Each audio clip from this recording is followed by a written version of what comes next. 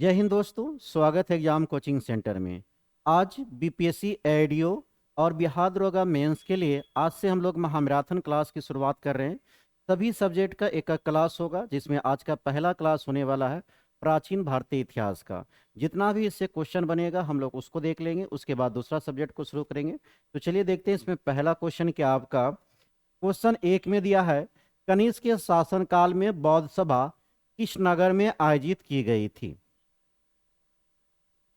तो कहाँ पे किया गया था, या आपका कश्मीर में किया गया। क्वेश्चन था कनिष्क के शासनकाल में बौद्ध सभा किस नगर में आयोजित हुआ था, कहाँ पे हुआ था, आपका कश्मीर में हुई थी। अब हम लोग जान लेते हैं कि बौद्ध धर्म के टोटल कितने संगति हुए थे। 4 संगति हुए। प्रथम प्रथम बौद्ध संगति, प्रथम बौद्ध संगति की अगर बात करें, प्रथम बौद्ध संगति कब हुआ आपका 483 ईसा पूर्व में। और कहाँ पे रहा था, राजगिरी। इसकी अध्यक्षता किन्होंने किया था, महाकश्यप ने। किन्होंने किया था, महाकश्यप। और शासन चल रहा था अजात शत्रु का। किनका चल रहा था, अजात शत्रु। शासन चल रहा था अजात शत्रु। वहीं बात करें द्वितीय बौद्ध संगति कब होता आपका 383 ईसा पूर्व में। कब होती है, 383 ईसा पूर्व में, जिसकी अध्यक्षता किन्होंने किया था। हाँ, पहले जगह देख लेंगे कहाँ पे हुआ था, बाईसाली में। और इसकी अध्यक्षता किया था सावाकामी ने। किन्होंने किया था, सावाकामी। और शासन किनका चल रहा था, कालाशोक का शासन था। किनका शासन था, कालाशोक का शासन था। उसके बाद तृतीय बौद्ध संगति की अगर बात करें, तृतीय बौद्ध संगति कब हुआ, तो 250 ईसा पूर्व में। कब होती है, 250 ईसा पूर्व में। कहाँ पे हुआ था, पाटलिपुत्र में। कहाँ पे हुई थी, पाटलिपुत्र। जिसकी अध्यक्षता क्या था, मोगली मोगलीपुत्र तीस ने। किन्होंने किया था, मोगलीपुत्र तीस ने किया था।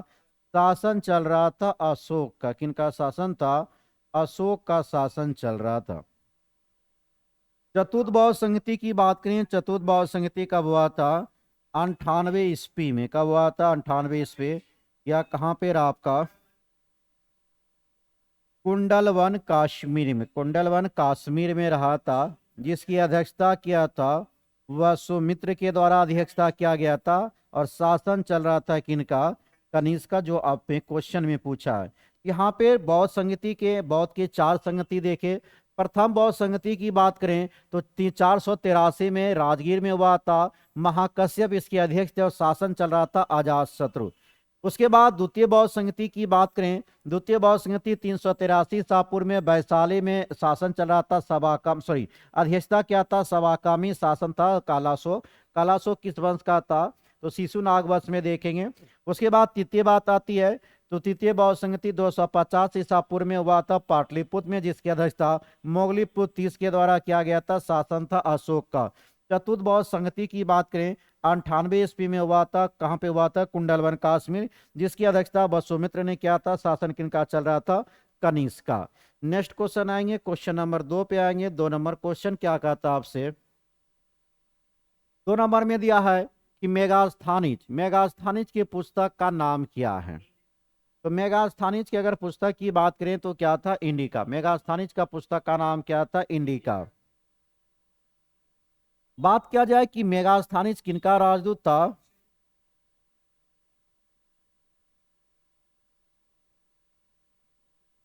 सेल्यूकस निकेटर का। किसका था, सेल्यूकस निकेटर का यह राजदूत था। किनके समय में आया था, तो यह चंद्रगुप्त मौर्य के समय में आया था। किनके समय में आया था, चंद्रगुप्त मौर्य के समय में आया था। कौन, आपका मेगास्थानी, जिन्होंने इंडिका नामक पुस्तक की रचना किया था।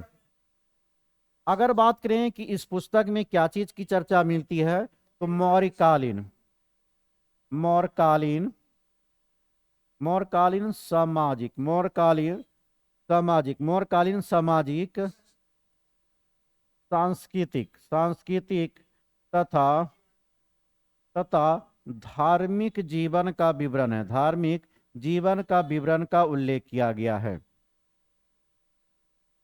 वहीं बात करें मेगास्थानिज, मेगास्थानिज, मेगास्थानिज ने भारतीय समाज, मेगा मेगास्थनीज। मेगास्थनीज ने भारतीय समाज को कितना वर्गों में बांटा था? 7 वर्गों में। मेगास्थनी ने भारतीय समाज को कितने वर्गों में बांटा? 7 वर्गों में बांटा था। वह था आपका पहला कौन था? दार्शनिक। कौन था? दार्शनिक था। दूसरा बात करें किसान, दूसरा कौन था? किसान। तीसरा था पशुपालक, पशुपालक। चौथा था शिकारी, शिकारी। पांचवा हो जाएगा कारीगर, कारीगर। हाँ। छठा बात करेंगे सैनिक, कौन हो जाएगा? सैनिक। और सातवां हो जाएगा नीर निरक्षक। निरक्षक को ही क्या कहते थे? सभासद कहते थे, सभासद। तो क्या देखिए, मेगास्थनी ने भारतीय समाज को कितने वर्गों में बांटा? 7 वर्गों में। पहला कौन हुआ? दार्शनिक। दूसरा किसान हुए। तीसरा कौन हुए? पशुपालक। चौथा कौन है? शिकारी। पांचवा कारीगर। छठा सैनिक। सातवां कौन हुए? निरक्षक हुए। अगर बात किया जाए, यह जो सातों वर्ग में बांटा गया था किस पर आधारित था? या व्यवसाय पर आधारित था। किस पे आधारित था? या व्यवसाय पर वर्गीकृत किया गया था। अब बात करेंगे कि ऑप्शन ए में दिया है अर्थशास्त्र। अर्थशास्त्र ने कौन सी पुस्तक की रचना किया? अर्थशास्त्र, हाँ सॉरी, अर्थशास्त्र के लेखक कौन था आपका? चाणक्य। चाणक्य को ही और किस नाम से जानते हैं? कौटिल्य। चाणक्य को ही कहा जाता कौटिल्य। कौटिल्य को ही और क्या कहा जाता? विष्णुगुप्त। क्या कहते हैं? विष्णुगुप्त। तो अर्थशास्त्र की रचना चाणक्य या कौटिल्य या विष्णुगुप्त ने किया था। ऋग्वेद की, हाँ, और इस लिखा किस में गया था? तो यह आपको लिखा गया था संस्कृत भाषा में। किस में लिखा गया था? संस्कृत में। ऋग्वेद की बात करें तो ऋग्वेद के पठनकर्ता को क्या कहते हैं? होत्री। ऋग्वेद के पठनकर्ता को होत्री। इसमें टोटल कितना मंडल है? 10 मंडल। कितना मंडल है? 10 मंडल। और सबसे बड़ा मंडल कौन है? 10वां। उसके बाद आता आपका पुराण। पुराणों की संख्या कितनी है? 18। पुराणों की संख्या के बाद इसकी रचना किन्होंने किया था? वेद व्यास। महर्षि वेद व्यास ने। किन्होंने किया था? महर्षि वेद व्यास के द्वारा किया गया था। किनके द्वारा किया गया? महर्षि वेद व्यास। तो पुराणों की रचना महर्षि वेद व्यास के द्वारा किया गया। पुराणों की संख्या 18 में, जिनमें राजाओं की वंशावली 5 में बतलाई गई है। अगला क्वेश्चन देखेंगे, क्वेश्चन नंबर 3 पे आएंगे। 3 नंबर क्या कहता है? 3 में कि हर्षरित नामक पुस्तक किसने लिखी थी? तो हर्षरित पुस्तक के लेखक कौन था? वानभट्ट। वानभट्ट की पुस्तक था हर्षरित। इसके अलावे और था कादम्बरी। कादम्बरी, हर्षरित और था आपका नागानंद। हर्षरित, कादम्बरी और नागानंद के लेखक कौन थे? वानभट्ट। इसके अलावे अगर देखिए कालिदास, कालिदास की पुस्तक की बात करें तो इनका 3 गो नाटक है। 3 गो क्या है? नाटक। कालिदास के 3 नाटक है जिनका नाम है अभिज्ञान, अभिज्ञान, शकुंतलम, शकुंतलम, अभिज्ञान शकुंतलम। उसके बाद आता है दूसरा है विक्रमोवर्षियम, विक्रमोवर्षियम। क्या है? विक्रमोवर्षियम। और तीसरा नाटक है आपका मालविका, मालविका, मालविका अग्निमित्रम, मालविका अग्निमित्रम, मालविका अग्निमित्रम है। तो देखिए, अगर आपसे पूछा जाए कालिदास के कितने नाटक है, तो कालिदास के 3 नाटक है। अभिज्ञान शकुंतलम, विक्रमोर्वशियम और कौन है आपका? मालविका अग्निमित्रम। इसके अलावे 2 गो आपका क्या है? 2 गो महाकाव्य है। कालिदास के 2 महाकाव्य है जिनका नाम है रघुवंशम, रघुवंशमम, और दूसरा है कुमार संभवम। क्या है? कुमार संभवम है। उसके बाद 2 गो क्या है आपका? खंड है। 2 गो खंड का उल्लेख है जिसमें बात करेंगे मेघदूतम, मेघदूतम और ऋतु सहार। ऋतु क्या है? सहार है। अब बात करेंगे विष्णुगुप्त की। अगर बात करें तो विष्णुगुप्त तो वही हो गया। विष्णुगुप्त का लेख है, यहाँ पे थोड़ा सा टाइपिंग मिस्टेक है। विष्णुगुप्त ने कौन सी पुस्तक की रचना किया था? अर्थशास्त्र। विष्णुगुप्त को ही क्या कहते हैं? चाणक्य या कौटिल्य कहा जाता है। तो एक बार पुनः देखेंगे, कालिदास के 3 नाटक हुए। कालिदास के 3 नाटक का नाम क्या था? तो अभिज्ञान शकुंतलम, विक्रमोर्वशियम, मालविका अग्निमित्रम। दो महाकाव्य है कालिदास का, रघुवंशम और कुमार संभवम। उसके बाद दो गो आपको खंड है, मेघदूतम और क्या है, ऋतु सहार है। अर्थशास्त्र के लेखक कौन थे, विष्णुगुप्त। नेक्स्ट क्वेश्चन देखेंगे, क्वेश्चन नंबर 4। 4 नंबर क्वेश्चन में दिया हुआ आपका कि मुद्रा राक्षस नामक पुस्तक का लेखक कौन था। तो विशाख दत्त। मुद्रा राक्षस लेखक के लेखक कौन है आपका, विशाख दत्त है। अगर बात करें यहाँ पे कौटिल्य का, तो देख लिए कौटिल्य का पुस्तक का नाम क्या था आपका, अर्थशास्त्र। कौटिल्य के पुस्तक का नाम क्या था, अर्थशास्त्र था। वहीं बाण भाट के बाद अभी देखिए कदाम्री, हर्षचरित। कदाम्री कौन सा, देखिए कदाम्री, कदाम्री और कौन सा था, हर्षचरित। कौन सा था, हर्षचरित के लेखक कौन थे, बाण भाट थे।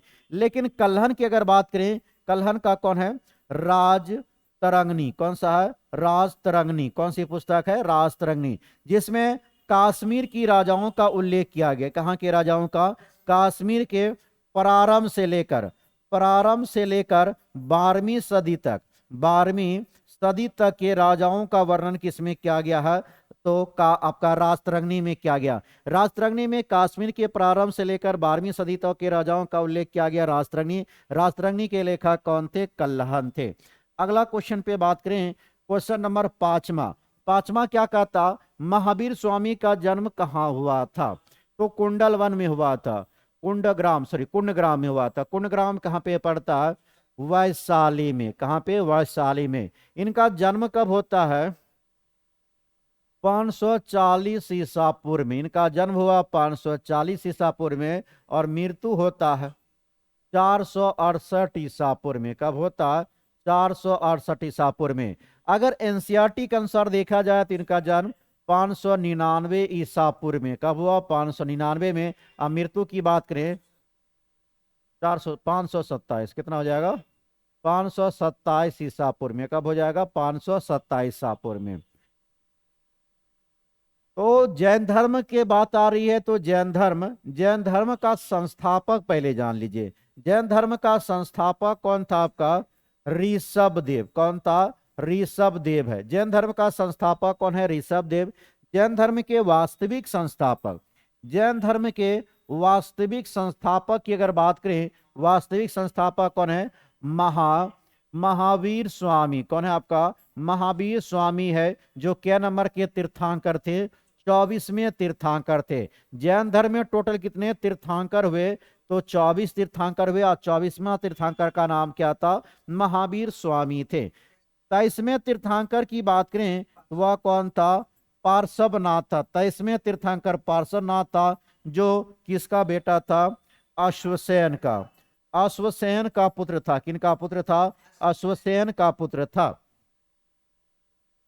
अब बात करें महावीर। महावीर की अगर माता की बात किया जाए कि महावीर की माता का नाम, महावीर का माता का नाम क्या था, त्रिशला। महावीर की माता का नाम त्रिशला। पिता की अगर नाम पूछा जाए तो क्या हो जाएगा, सिद्धार्थ। महावीर के पिता का नाम क्या था, सिद्धार्थ था। पत्नी की नाम बात अगर करें, पत्नी का नाम क्या था, यशोदा। क्या था, यशोदा। क्या नाम था, यशोदा।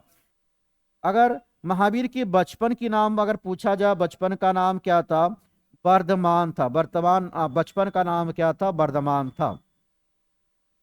अगर पुत्री की नाम अगर आपसे पूछा जाए, पुत्री का नाम था अनुजा प्रियदर्शी। क्या नाम था, अनुजा प्रियदर्शी। तो क्या देखिए, महावीर की माताजी का नाम त्रिशला, पिताजी का नाम सिद्धार्थ, पत्नी का नाम यशोदा, बचपन का नाम वर्धमान, महावीर के बचपन का नाम वर्धमान, पुत्री का नाम अनुजा प्रियदर्शनी है। इन्होंने अगर बात करें कि महावीर स्वामी ने उपदेश कौन सी भाषा में दिया, महावीर स्वामी ने कौन सी भाषा में अपना उपदेश दिया, तो वह प्राकृतिक या पुरुषकुई को क्या कहते हैं, अर्धमागधी भाषा में। किस में दिया, अर्धमागधी भाषा में इन्होंने अपना उपदेश दिया था। इन्होंने अपने शिष्यों को कितने गंधारों में बांटा था, 11 गंधारों में बांटा था। कितना गंधारों में बांटा था, 11 गंधारों में बांटा था। अब अगले क्वेश्चन पे आएंगे, क्वेश्चन नंबर 6 देखेंगे। 6 नंबर क्वेश्चन क्या कह रहा है, 6 नंबर में दिया है महात्मा बुद्ध का महापरिनिर्वाण कहाँ पे हुआ था। तो कुशीनारा, देवरिया, उत्तर प्रदेश। कहाँ पे पड़ता है? उत्तर प्रदेश के देवरिया के पास पड़ता है कुशीनगर। तो महात्मा बुद्ध का महापरिनिर्वाण कुशीनगर में हुआ। अब बात करें, महात्मा बुद्ध की चर्चा आई है तो इनके जन्म की अगर बात करें 563 ईसा पूर्व में इनका जन्म हुआ था। 563 ईसा पूर्व में। और कहाँ पे हुआ था? लुम्बिनी, नेपाल में। कहाँ हुआ था? लुम्बिनी, नेपाल में महात्मा बुद्ध का जन्म होता है। अगर इनकी मृत्यु की बात करें, इनका मृत्यु कब हुआ? 483 ईसा पूर्व में इनका मृत्यु होता। 483 ईसा पूर्व में कुशीनारा, देवरिया, उत्तर प्रदेश में हुआ था। इनको जन्म देने वाली माँ का नाम था माया देवी। गौतम बुद्ध को जन्म देने वाली माँ का नाम था माया देवी। लालन पालन करने वाली माँ का नाम क्या था? प्रजापति गौतमी। कौन था? प्रजापति कौन था? गौतमी। लाइट को देखे थे एक बार, लाइट। प्रजापति गौतमी। कौन था? प्रजापति गौतमी। पिता का अगर नाम अगर आपसे पूछा जाए, पिता का नाम क्या हो जाएगा? तो इनका पिता का नाम क्या था?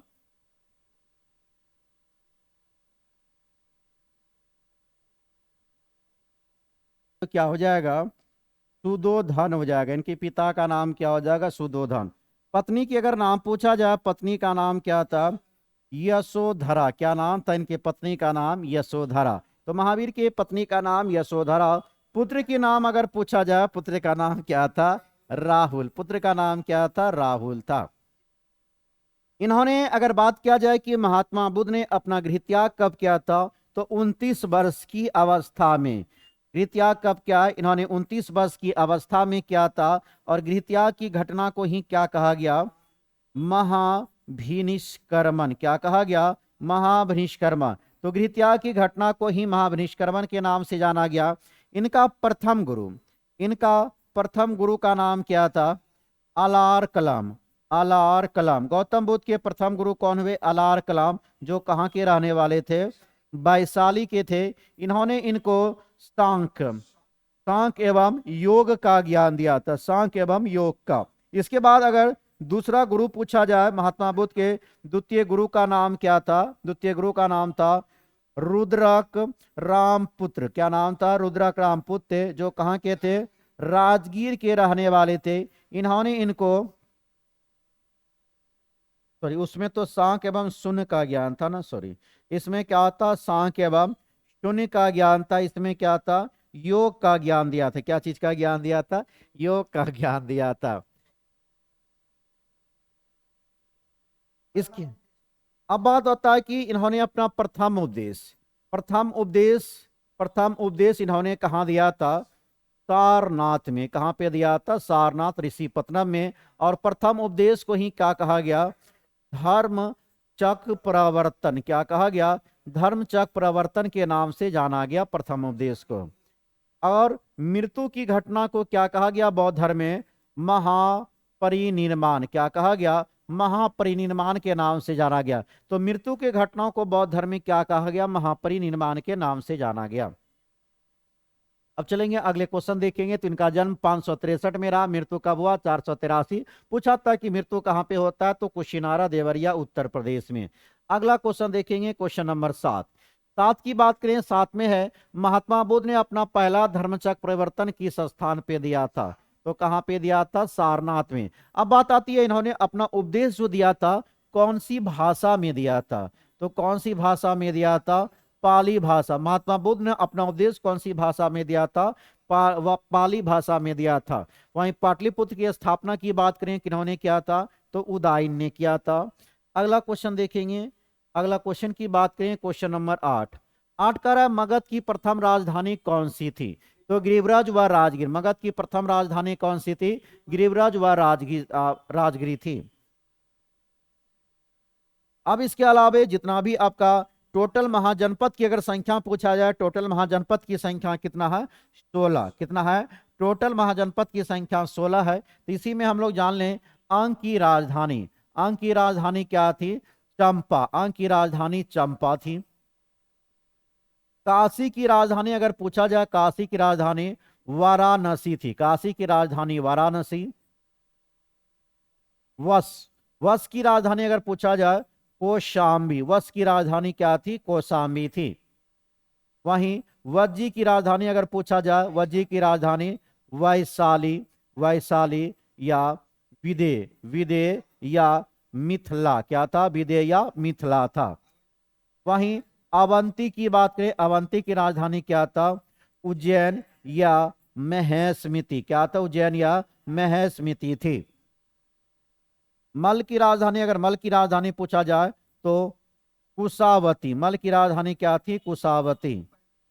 पंचाल, पंचाल की राजधानी अगर पूछा जाए तो अहिच्छक, क्या था? अहिच्छक थी। चेदी की राजधानी, चेदी की राजधानी क्या था? शक्तिमती, शक्तिमती, क्या था? शक्तिमती। कुरु की राजधानी, अगर कुरु की राजधानी पूछा जाए तो इंद्रप्रस्थ, कुरु की राजधानी क्या? इंद्रप्रस्थ था। मत्यस की राजधानी, मत्यस की राजधानी क्या था? विराटनगर, विराटनगर, क्या था? विराटनगर। वहीं कंबोज की राजधानी, कंबोज की राजधानी क्या थी? हाटक, कंबोज की राजधानी हाटक। और इसके अलावा अगर बात करें सुरसेन, सुरसेन की राजधानी क्या था? मथुरा, मथुरा, क्या था? मथुरा। सुरसेन की राजधानी मथुरा। उसके बाद असमा की राजधानी पोटिल, पोटिल या क्या था? पोतिन, पोटन हो जाएगा। इसके अलावा गंधार, गंधार की राजधानी अगर पूछा जाए तो तक्षशिला, गंधार की राजधानी क्या था? तक्षशिला थी। तो क्या क्या देखिए 16 महाजनपद में अगर पूछा जाए, आपसे क्वेश्चन क्या पूछा था कि मगध की प्रथम राजधानी कौन थी? गिरिव्रज व राजगीर। 16 महाजनपद में अगर बात करें, अंक की राजधानी चंपा, काशी की राजधानी वाराणसी, वश की राजधानी कौशाम्बी, वज्जी की राजधानी वैशाली विदेह मिथिला, अवंती की राजधानी उज्जैन महेशमिति, मल की राजधानी कुशावस्ती, पंचाल की राजधानी अहिच्छक, चेदी की राजधानी शक्तिमती, कुरु की राजधानी इंद्रप्रस्थ, मत्यस की राजधानी विराटनगर, कंबोज की राजधानी हाटक, सुरसेन की राजधानी मथुरा, असमक की राजधानी पोटिल या पोतन, कंधार की राजधानी क्या हो जाएगा? तक्षशिला।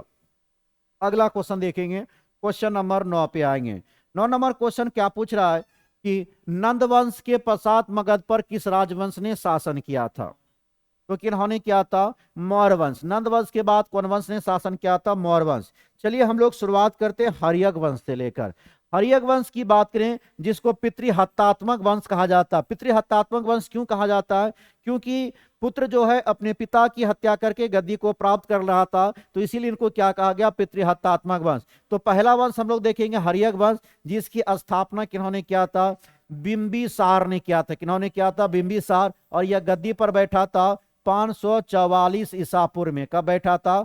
544 ईसा पूर्व में। इसका अगर अंतिम राजा पूछा जाए, इनका अंतिम शासक कौन था, तो वह उदयन का बेटा नागदशक था। इनका उदयन का बेटा कौन था? नागदशक, जो 437 ईसा पूर्व में गद्दी पर बैठा था। नागदशक की हत्या किन्होंने किया था? तो शिशुनाग ने किया था। और शिशुनाग ने कौन वंश की स्थापना किया? शिशुनाग वंश। शिशुनाग वंश की स्थापना किन्होंने किया था? तो शिशुनाग ने ही किया था। शिशुनाग की स्थापना, शिशुनाग वंश की स्थापना शिशुनाग किया। इसका अगर अंतिम शासक पूछा जाए, शिशुनाग वंश का अंतिम शासक कौन था? नंदीवर्धन था। कौन था? नंदीवर्धन था। इसके बाद तीसरा वंश आ जाएगा नंद वंश। नंद वंश के संस्थापक कौन थे? महापद्मानंद। कौन थे? महापद्मानंद। नंदवंश का अंतिम अगर राजा पूछा जाए कि अंतिम इनका शासक कौन था, अंतिम शासक कौन था? धनानंद था। अंतिम शासक कौन था? धनानंद। और धनानंद को मारने का काम चंद्रगुप्त मौर्य ने किया था। और इन्होंने कौन वंश की स्थापना किया? मौर्य वंश। मौर्य वंश की स्थापना किन्होंने किया? तो चंद्रगुप्त मौर्य ने। किन्होंने किया था? चंद्रगुप्त मौर्य ने किया था। और मौर्य वंश का अंतिम शासक अगर पूछा जाए, अंतिम शासक कौन था? बृहद्रथ था। अंतिम शासक कौन था? बृहद्रथ। मौर्य वंश के बाद 185 ईसा पूर्व में आपका कौन आता? शुंग वंश आ जाता। कौन आता? शुंग वंश। कौन वंश आता? शुंग वंश, जिसकी स्थापना किया था पुष्यमित्र शुंग ने। किन्होंने किया था? पुष्यमित्र शुंग के द्वारा किया गया। पुष्यमित्र शुंग का अंतिम शासक अगर पूछा जाए, पुष्यमित्र शुंग का अंतिम राजा कौन था? देवभूति था। कौन था? देवभूति था। अब अगला देखेंगे, आपका शुंग वंश के बाद अगला वंश कौन आएगा? कर्ण वंश, कर्ण वंश के संस्थापक कौन थे? तो वासुदेव, कर्ण वंश के संस्थापक वासुदेव थे। कर्ण वंश का अंतिम शासक अगर पूछा जाए, अंतिम शासक कौन था? तो सुशर्मा थे। कौन थे? सुशर्मा, सुशर्मा। उसके बाद अगला वंश आता आपका सातवाहन वंश। कौन आता? सातवाहन वंश आता। सातवाहन वंश की स्थापना किन्होंने किया था? सिमुक ने किया था 60 ईस्वी में किया था। और सातवाहन वंश का अंतिम राजा अगर पूछा जाए तो कौन था आपका? पुलुमावी, पुलुमावी चार, पुलुमावी चार कौन था? तो वह सातवाहन वंश का अंतिम राजा था। तो क्या जाने यहां पर कि हर्यक वंश का संस्थापक कौन हुए? बिंबिसार। हर्यक वंश का अंतिम राजा नागदशक। नागदशक को मारने का काम शिशुनाग ने किया और शिशुनाग ने शिशुनाग वंश की स्थापना किया। शिशुनाग वंश का अंतिम राजा कौन हुआ? नंदीवर्धन। नंदीवर्धन की हत्या किन्होंने किया? तो नंदीवंश की हत्या महापद्मानंद ने किया और महापद्मानंद ने नंदवंश की स्थापना किया। नंदवंश की अंतिम शासक पूछा जाए तो कौन हो जाएगा? धनानंद हो जाएगा। और धनानंद को मारने का काम किन्होंने किया? चंद्रगुप्त मौर्य ने। और चंद्रगुप्त मौर्य ने मौर्यवंश की स्थापना किया। अब मौर्यवंश का अंतिम राजा कौन था? बृहद्रथ। बृहद्रथ को हराने का काम किन्होंने किया? पुष्यमित्र शुंग ने। अब पुष्यमित्र शुंग ने कौन वंश की स्थापना किया? शुंग वंश। और शुंग वंश का अंतिम राजा कौन था? देवभूति। इसके बाद अगला देवभूति को हराने का काम किन्होंने किया? वासुदेव। अब वासुदेव ने कनवंश की स्थापना किया। कनवंश का अंतिम राजा कौन था? सुशर्मा। उसके बाद सुशर्मा की हत्या किन्होंने किया? सिमुक ने किया। और सिमुक ने सातवाहन वंश की स्थापना किया। और सातवाहन वंश का अंतिम शासक कौन था? पुलुमावी चार। कौन था? पुलुमावी चार था। अगला चलेंगे हम लोग। इसमें अगर बात करें गुप्त वंश की स्थापना किन्होंने किया था? श्रीगुप्त ने किया था। शुंग वंश की स्थापना इसको देख ही लीजिए। शुंग वंश की स्थापना की अगर बात करें तो किन्होंने किया? अब ये देखिए हम लोग, पुष्यमित्र शुंग ने। किन्होंने किया? पुष्यमित्र शुंग ने। गुप्त वंश की स्थापना किन्होंने किया था? श्रीगुप्त ने किया था। कुषाण वंश की स्थापना किन्होंने किया? कुजुल कडफिसस ने। किन्होंने किया था? कुजुल कडफिसस ने। अब मौर्य वंश की स्थापना किन्होंने किया था? चंद्रगुप्त मौर्य। मौर्य वंश की स्थापना चंद्रगुप्त मौर्य ने किया था। नेक्स्ट क्वेश्चन देखेंगे, क्वेश्चन नंबर 10। 10 में कह रहा मौर्य काल में शिक्षा का सर्वाधिक प्रसिद्ध केंद्र था। कौन हो जाएगा? तक्षशिला। तो मौर्य काल में शिक्षा का सर्वाधिक प्रसिद्ध केंद्र कौन सा था? तक्षशिला। अब बात आती है तक्षशिला के बारे में।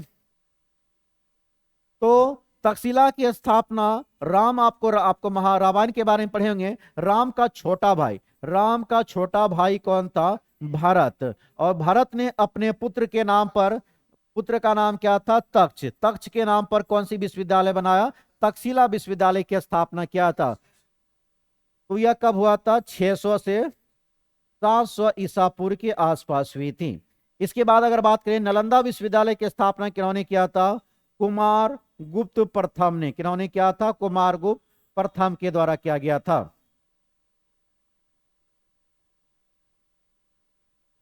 अगला क्वेश्चन देखेंगे, क्वेश्चन नंबर देखेंगे 11। तृतीय बौद्ध सभा का सभापतित्व किया गया था? किनके द्वारा किया गया था? तो किनके द्वारा किया गया? मोगलीपुतीस। इसको हम लोग पहला ही क्वेश्चन में समझ चुके हैं। अगला क्वेश्चन देखेंगे 12 नंबर। 12 में कह रहा पूर्व गुप्त काल में शीशे के सिक्के की बड़ी संख्या जारी की गई थी। किनके द्वारा किया गया? सातवाहन के द्वारा किया गया। बात करें यहां पर सातवाहन, तो सातवाहन वंश की स्थापना किन्होंने किया था? सिमुक ने किया था। किन्होंने किया था? सिमुक ने 60 ईस्वी में किया था। कब किया था? 60 ईस्वी में। अगर बात करें आपका सातवाहन वंश का अंतिम शासक कौन था? पुलुमावी। पुलुमावी चार। कौन था? पुलुमावी चार। अब बात आती है सातवाहन वंश ने सिक्के की सर्वप्रथम सिक्का जारी किया था। शीशे का सिक्का जारी करने वाला कौन था? सातवाहन था। ब्राह्मणों पर, ब्राह्मणों को भूमि अनुदान, ब्राह्मणों को भूमि अनुदान देने की शुरुआत भी किन्होंने किया था? सातवाहन ने ही किया था। अमरावती, अमरावती कला की शुरुआत, अमरावती कला की शुरुआत भी किन्होंने किया था? सातवाहन के द्वारा किया गया। और उसके बाद यह जो ब्राह्मणों को भूमि देने की शुरुआत किया गया, इसका प्रमाण कहां से मिलता है? नाना घाट अभिलेख से। कहां से मिलती है? नाना घाट अभिलेख से इसका प्रमाण मिलता है। अगर सातवाहन वंश की राजधानी की बात करें, सातवाहन वंश की राजधानी कहां थी? प्रतिष्ठान। सातवाहन वंश की राजधानी कहां थी? प्रतिष्ठान थी। सातवाहन वंश की राजकीय भाषा, सातवाहन की राजकीय भाषा क्या थी? प्राकृतिक थी। संरक्षण की भाषा क्या थी? प्राकृतिक थी। और लिपि की अगर बात करें, इनका लिपि क्या था? ब्राह्मी थी। लिपि क्या थी? ब्राह्मी थी। अब अगला क्वेश्चन देखेंगे। अगला क्वेश्चन क्या कह रहा है? क्वेश्चन नंबर 13 में दिया हुआ है। 13 में क्वेश्चन है कि अशोक की नीति के आर्थिक परिणामों के कारण ही मौर्य साम्राज्य का पतन अधिकांशतः उचित था। इस तथ्य में किसने विश्वास किया है? तो किन्होंने किया? आपका रोमिला थापर। ऑप्शन नंबर कौन हो जाएगा? ऑप्शन नंबर ए हो जाएगा। अशोक की बात करें, अशोक कौन वंश का राजा था? या मौर्य वंश का शासक था? और या किसके बाद गद्दी पर बैठा था? तो बिंदुसार के बाद 269 ईसा पूर्व में बैठा था। कब बैठा था? 269 ईसा पूर्व में यह गद्दी को प्राप्त किया था। नेक्स्ट क्वेश्चन देखेंगे, क्वेश्चन नंबर 14 पे आएंगे। 14 नंबर क्वेश्चन कह रहा है कि प्रसिद्ध इलाहाबाद प्रशस्ति लेखक कौन था? तो हरिसेन। कौन था आपका? हरिसेन। प्रसिद्ध इलाहाबाद प्रशस्ति लेख का लेखक कौन था? हरिसेन था। हरिसेन की अगर बात करें, इसी के समय में हर्षवर्धन की बात करें तो हर्षवर्धन ने कई सारी पुस्तक की रचना किया था, जिसमें आ जाएगा प्रियदर्शिका रत्नावली, प्रियदर्शिका, प्रियदर्शिका, प्रियदर्शिका रत्नावली, प्रियदर्शिका रत्नावली, नागानंद, इस सभी की रचना हर्षवर्धन के ही समय में किया गया। रवि कृति की अगर बात करें, रवि कृति ने किसका रचना किया? तो एहोल अभिलेख, एहोल अभिलेख, एहोल अभिलेख के शासक कौन आप रहे आपका? तो रवि कृति इससे जुड़े हुए हैं। शूद्रक का पुस्तक का नाम था मृच्छकटकम, मृच्छकटकम, मृच्छकटकम किसका था? शूद्रक। तो मृच्छकटकम के लेखक कौन थे? शूद्रक थे। नेक्स्ट क्वेश्चन आएंगे, क्वेश्चन नंबर 15 पे देखेंगे। 15 नंबर क्वेश्चन का रहा है बोरोबदूर विश्व में सबसे अद्भुत स्तूप है और इसकी मूर्ति और मूर्तिकला किसका शानदार उदाहरण है? तो किसका है आपका? भारत जावा कला का। किसका उदाहरण है? भारत और जावा कला का। Option number 4। नेक्स्ट क्वेश्चन देखेंगे 16 नंबर। 16 नंबर क्वेश्चन का था प्रोधत कहां का राजा था? कहां का था? अवंती। प्रोधत कहां का राजा था? अवंती का राजा था। नेक्स्ट क्वेश्चन देखेंगे, क्वेश्चन नंबर 17 पे आएंगे। 17 का था हुन राजा तोरमान किस ओलंकर राजा द्वारा पराजित हुए थे? तो किनके द्वारा हुआ था? यशोवर्मन के द्वारा, यशोधर्मन के द्वारा। ऑप्शन नंबर ए बन जाएगा। कौन हो जाएगा? ऑप्शन नंबर ए हो जाएगा। इसमें बात करेंगे आपका पुष्पवती वर्धन, इसमें विष्णुवर्धन है। तो पुष्पवती वर्धन की अगर बात किया जाए तो पुष्पवती वंश एक आता वंश, इसका नाम था पुष्पभूति वंश। कौन वंश आता? पुष्पभूति वंश की स्थापना किन्होंने किया था? पुष्पभूति ने। किन्होंने किया था? पुष्पभूति के द्वारा किया गया था। इसकी राजधानी, पुष्पभूति वंश की राजधानी की बात करें, पुष्पभूति वंश की राजधानी क्या थी? थानेश्वर। क्या था? थानेश्वर। पुष्पभूति वंश की राजधानी थी थानेश्वर, हरियाणा। इस वंश का स्वतंत्रता का जन्मदाता, इस वंश के स्वतंत्रता की जन्मदाता की बात करें तो वह कौन था? प्रभाकर, प्रभाकर वर्धन। कौन था? प्रभाकर वर्धन। इस वंश के स्वतंत्रता का जन्मदाता कौन था? प्रभाकर वर्धन। और प्रभाकर वर्धन ने कौन सी उपाधि धारण किया था? महाराजा धीराज की उपाधि धारण। और परम भट्टारक, परम भट्टारक कौन सी उपाधि धारण किया था? परम भट्टारक की उपाधि धारण किया था प्रभाकर वर्धन ने। अब बात आती है कि प्रभाकर वर्धन की पत्नी का नाम क्या था? प्रभाकर वर्धन की पत्नी का नाम यशोमती। प्रभाकर वर्धन की पत्नी का नाम यशोमती।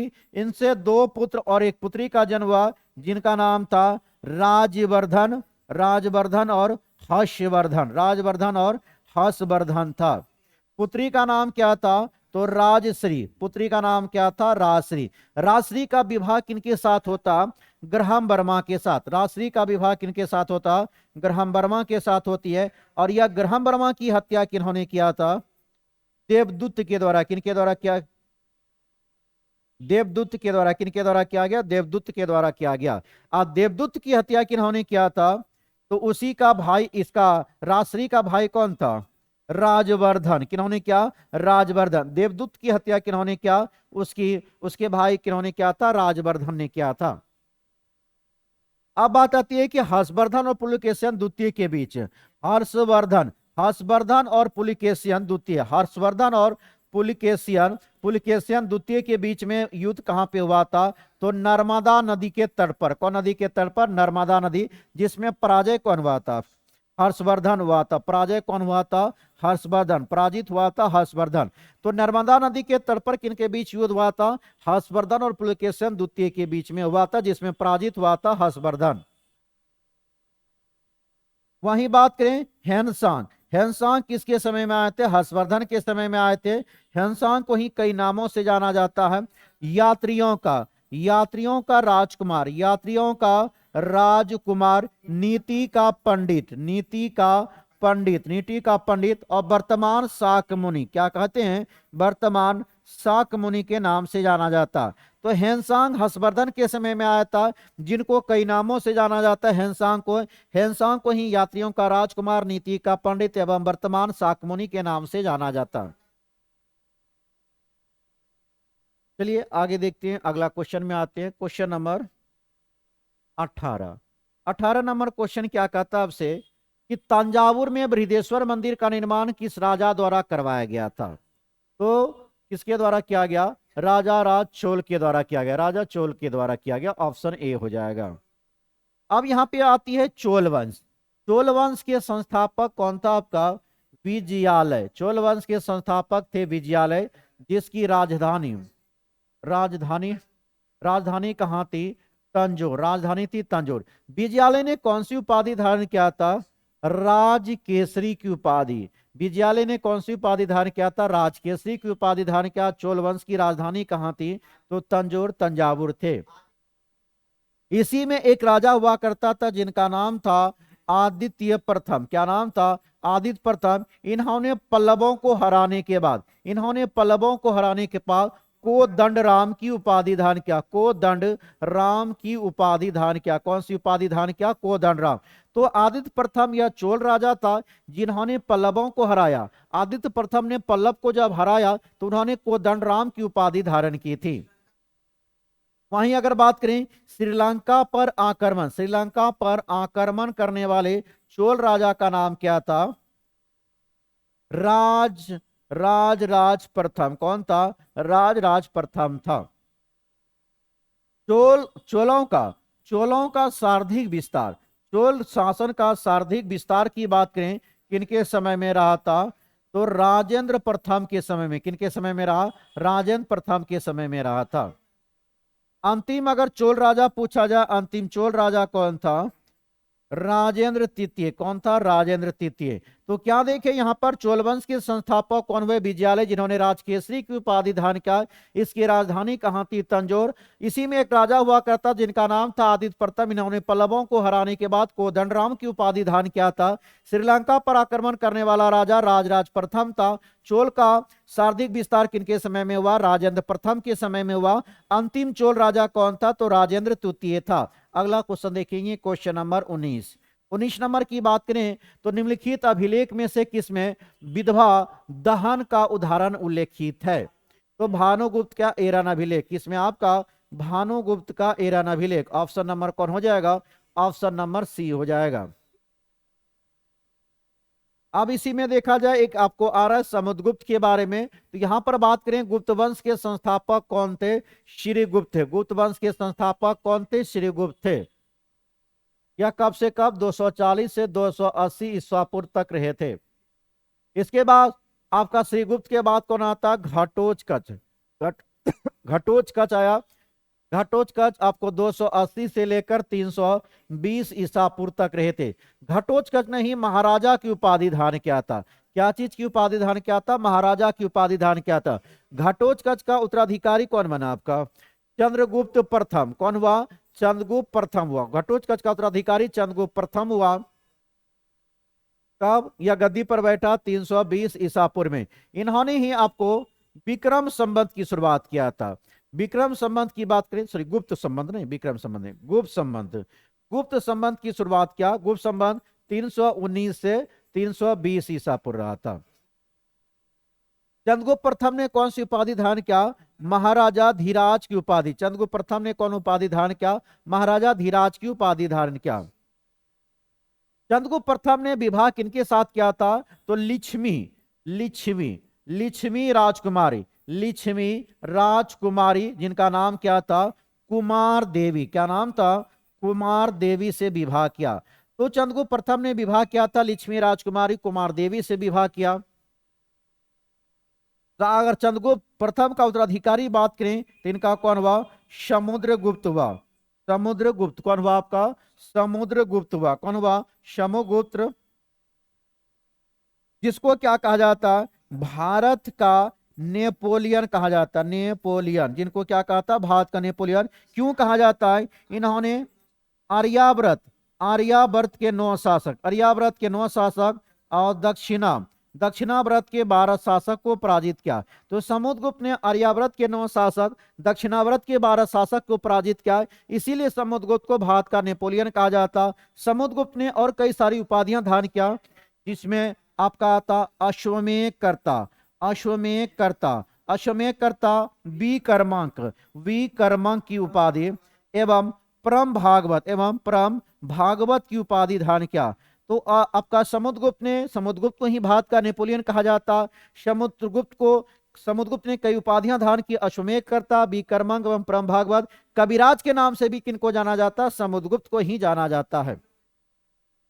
समुद्रगुप्त के अगर दरबारी कवि का नाम पूछा जाए, इनका नाम क्या था, हरिसेन। समुद्रगुप्त के दरबारी कवि का नाम था हरिसेन, जिन्होंने इलाहाबाद प्रशस्ति लेख की रचना किया था। तो इलाहाबाद प्रशस्ति लेख की रचना किन्होंने किया था, हरिसेन ने किया था। और हरिसेन किनके दरबार में रहा करते थे, समुद्रगुप्त के दरबार में रहा करते थे।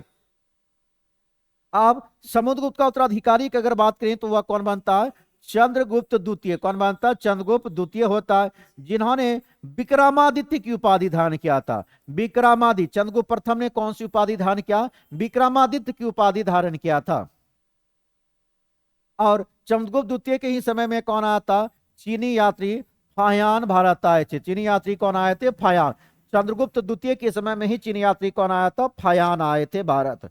अगला क्वेश्चन देखेंगे, क्वेश्चन नंबर 20।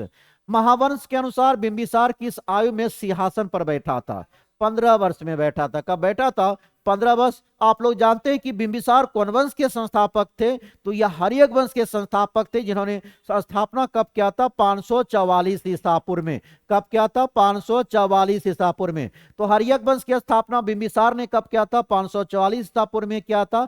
हर्यक वंश गद्दी को कब प्राप्त किया था, 15 वर्ष की अवस्था में। हर्यक वंश को ही क्या कहा जाता, पितृहत्यात्मक वंश के नाम से जाना जाता है। हर्यक वंश का अंतिम राजा कौन था, तो उदयन का बेटा कौन था, नाग दशक था। अगला क्वेश्चन देखेंगे, क्वेश्चन नंबर 21। 21 में कह रहा है, बराबर पर्वत श्रृंखला स्थित गोरथिगरी किसके द्वारा विजित की गई है, तो किनके द्वारा किया गया है, खारबेल के द्वारा। ऑप्शन नंबर 2 कौन बन जाएगा, ऑप्शन नंबर 2 बन जाएगा। अब यहां पे बात करें, मीनांडर ने बौद्ध धर्म की दीक्षा किनसे लिया था। मीनांडर ने बौद्ध धर्म की दीक्षा किनसे लिया था, नागा अर्जुन, जिसको आपको नागसेन भी कहते हैं। क्या कहते हैं, नागसेन। तो मीनांडर ने बौद्ध धर्म की दीक्षा नागार्जुन, या नागार्जुन को ही क्या कहते हैं, नागसेन के नाम से जाना जाता है। अगला क्वेश्चन देखेंगे, बाकी तो पुष्मित शुंग के बारे में जान ही रहे, शुंग वंश के संस्थापक थे। अगला क्वेश्चन देखेंगे 22 नंबर, नालंदा विश्वविद्यालय ज्ञान का महान केंद्र था, किसका था, तो बौद्ध धर्म का। नालंदा विश्वविद्यालय ज्ञान महान केंद्र था, किसके लिए जाना जाता था, बौद्ध धर्म के लिए। तो नालंदा विश्वविद्यालय की स्थापना किन्होंने किया, कुमार गुप्त प्रथम, कुमार गुप्त प्रथम ने किया था 427 ईस्वी में। अब बात करें ओदंतपुरी, ओदंतपुरी विश्वविद्यालय, ओदंतपुरी विश्वविद्यालय, ओदंतपुरी विश्वविद्यालय की स्थापना किन्होंने किया था, गोपाल ने। किन्होंने किया था, गोपाल ने किया। यह 7वीं या 8वीं सदी में हुआ था, 7वीं या 8वीं सदी में। उसके बाद विक्रमशिला, वही भागलपुर वाले विक्रमशिला विश्वविद्यालय की स्थापना किन्होंने किया था, धर्मपाल ने किया था। विक्रमशिला विश्वविद्यालय की स्थापना किन्होंने किया था, धर्मपाल ने किया था। तो यह कब हुआ था, 775 से 800 ईस्वी के बीच में हुई थी विक्रमशिला विश्वविद्यालय। अगला देखेंगे, क्वेश्चन नंबर हम लोग 23 पे आएंगे। 23 नंबर क्वेश्चन कहता है कि अजातशत्रु के वंश का नाम क्या था, तो हर्यक वंश था। अजातशत्रु के वंश का नाम क्या था, हर्यक वंश। हम लोग देखें ना कि अजात सबसे पहले कौन आया आपका, हर्यक वंश के संस्थापक था आपका बिंबिसार। हर्यक वंश के संस्थापक कौन था, बिंबिसार था। पहला हुआ, दूसरा कौन हुआ, अजात शत्रु, कौन हुआ, अजात शत्रु। तीसरा कौन होगा, उदयन, तीसरा कौन होगा, उदयन। और चौथा उसका बेटा कौन हुआ, नागदशक, कौन हुआ, नागदशक। यह सभी कौन वंश का है, तो हर्यक वंश का। बिंबिसार की हत्या उसका बेटा अजातशत्रु ने किया, अजातशत्रु की हत्या उसका बेटा उदयन ने किया, और उदयन की हत्या उसकी बेटा नागदशक। बिंबिसार गद्दी पर कब बैठा था, 544 ईसा पूर्व में बैठा, जबकि अजातशत्रु कब बैठा था, 493 ईसा पूर्व में बैठा, जबकि उदयन कब बैठा, 461 ईसा पूर्व में यह गद्दी पर बैठा, और नागदशक का बैठा 437 ईसा पूर्व में गद्दी को प्राप्त किया था। अगला देखेंगे, गुप्त वंश के संस्थापक श्री गुप्त, नंद वंश के संस्थापक धनानंद के बारे में जान रहे हैं। अगला क्वेश्चन देखेंगे, क्वेश्चन नंबर 24। 24 कहता है, वे शिक्षक जिसने बुद्ध ने महाभनिष्कर्मण के बाद अपने पहले ज्ञान को प्राप्त किए थे। पहले पिछले क्वेश्चन में हम लोग जान चुके हैं, तो कौन था, पहला गुरु था अलार कलाम, और दूसरे गुरु कौन थे, रुद्रक रामपुत। ऑप्शन नंबर कौन हो जाएगा, ऑप्शन नंबर 3 हो जाएगा। अगला क्वेश्चन देखेंगे, क्वेश्चन नंबर बात करें 25। मौर्य वंश का अंतिम शासक कौन था, इसके बारे में भी हम लोग जाकर देखें, तो बृहद्रथ, या बृहद्रथ होगा, कौन होगा, बृहद्रथ। तो आपका समुद्रगुप्त कौन वंश का है, तो गुप्त वंश का, जिन्होंने अश्वमेधकर्ता, विक्रमक एवं परमभागवत की उपाधि धारण किया। पुष्मी शुंग वंश का है। अशोक कौन वंश का है, तो यह मौर्य वंश का शासक है। अगला देखेंगे 26 नंबर। 26 नंबर क्वेश्चन कहता है, वह स्थान जहां महावीर ने पूर्ण आध्यात्मिक ज्ञान को प्राप्त किया था, तो वह कौन था, रिजुपिका ग्राम, कौन सा था, रिजीविका ग्राम थी। अगला क्वेश्चन देखेंगे, क्वेश्चन नंबर 27। 27 क्या कहता, अंग महाजनपद की राजधानी थी, तो क्या थी, चंपा। अंग महाजनपद की राजधानी क्या थी, चंपा थी। अगला क्वेश्चन देखेंगे 29 नंबर, इस सब हम लोग पीछे ही पढ़ चुके हैं। गौतम बुद्ध का जन्म कहाँ हुआ था, तो लुम्बिनी नेपाल में। कहाँ हुआ था, लुम्बिनी नेपाल। कब हुआ था इसका जन्म, 563 ईसा पूर्व। और मृत्यु कब रहा, 468 ईसा पूर्व मृत्यु हुआ था, 468। मृत्यु कहाँ पे रहा, तो कुशीनारा, देवरिया, उत्तर प्रदेश में हुआ था। नेक्स्ट क्वेश्चन देखेंगे, क्वेश्चन नंबर 30। कल्हन की पुस्तक का नाम क्या था, तो राजतरंगिणी है। कल्हन के पुस्तक का नाम क्या था, राजतरंगिणी, जिसमें प्रारंभ से लेकर 12वीं सदी तक के कश्मीर के राजाओं की चर्चा की गई है। अर्थशास्त्र के लेखक कौन थे, कौटिल्य, चाणक्य, विष्णुगुप्त थे। जबकि इंडिका के लेखक आपका कौन थे, मेगास्थनीज थे। कौन थे, मेगास्थनी। पुराणों के बारे में भी जाने, वेदव्यास। अजातशत्रु के शासनकाल में प्रथम बौद्ध संगति का आयोजन किस नगर में आयोजित किया गया था, तो अजातशत्रु के शासनकाल में प्रथम बौद्ध संगति किस नगर में आयोजित किया गया, तो यह राजगृह में था ना। ऑप्शन नंबर ए कौन हो जाएगा, ऑप्शन नंबर ए हो जाएगा। इसी में देखे थे आपको, पाटलिपुत्र में कौन सा रहा था, तीसरा रहा था। कश्मीर में कौन सा रहा था, चौथा रहा था।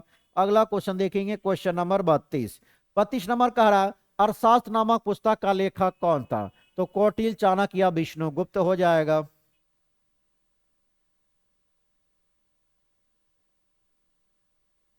का लेखक कौन हो गया, आपका कौटिल्य हो गया। नेक्स्ट क्वेश्चन देखेंगे, क्वेश्चन नंबर 32।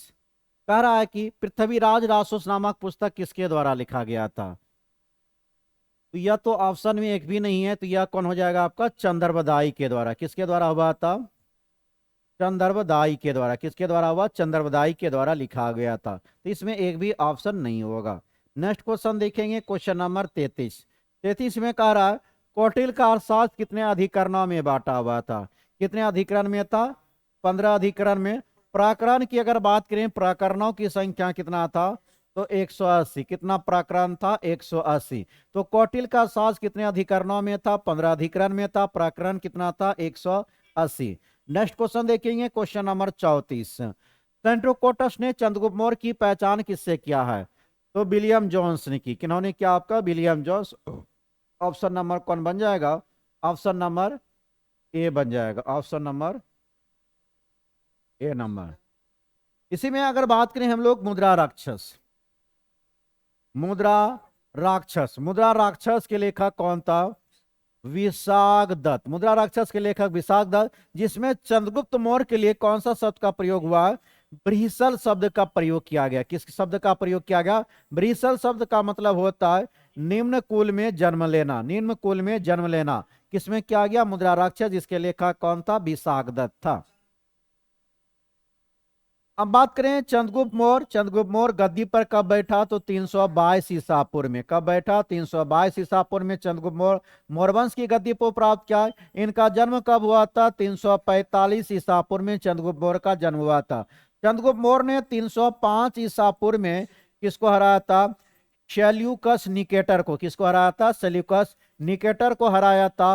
और सेल्यूकस निकेटर ने हारने के बाद अपना पुत्री, जिनका नाम था कार्नेलिया, कार्नेलिया का विवाह किनसे कर दिया? चंद्रगुप्त मौर्य से। और इनको दहेज के रूप में दिया था काबुल, काबुल कंधार, काबुल कंधार, हेरात और मकरान। कौन था? काबुल कंधार, हेरात और कौन था? मकरान था।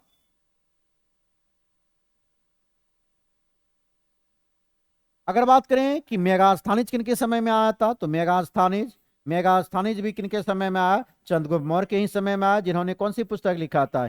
इंडिका नामक पुस्तक की रचना किया था। और अब चंद्रगुप्त मौर्य का उत्तराधिकारी कौन बनेगा? तो बिंदुसार। कौन बनेगा? बिंदुसार। यह गद्दी पर कब बैठा था? 298 ईसा पूर्व में गद्दी को प्राप्त किया। बिंदुसार का उत्तराधिकारी कौन बना था?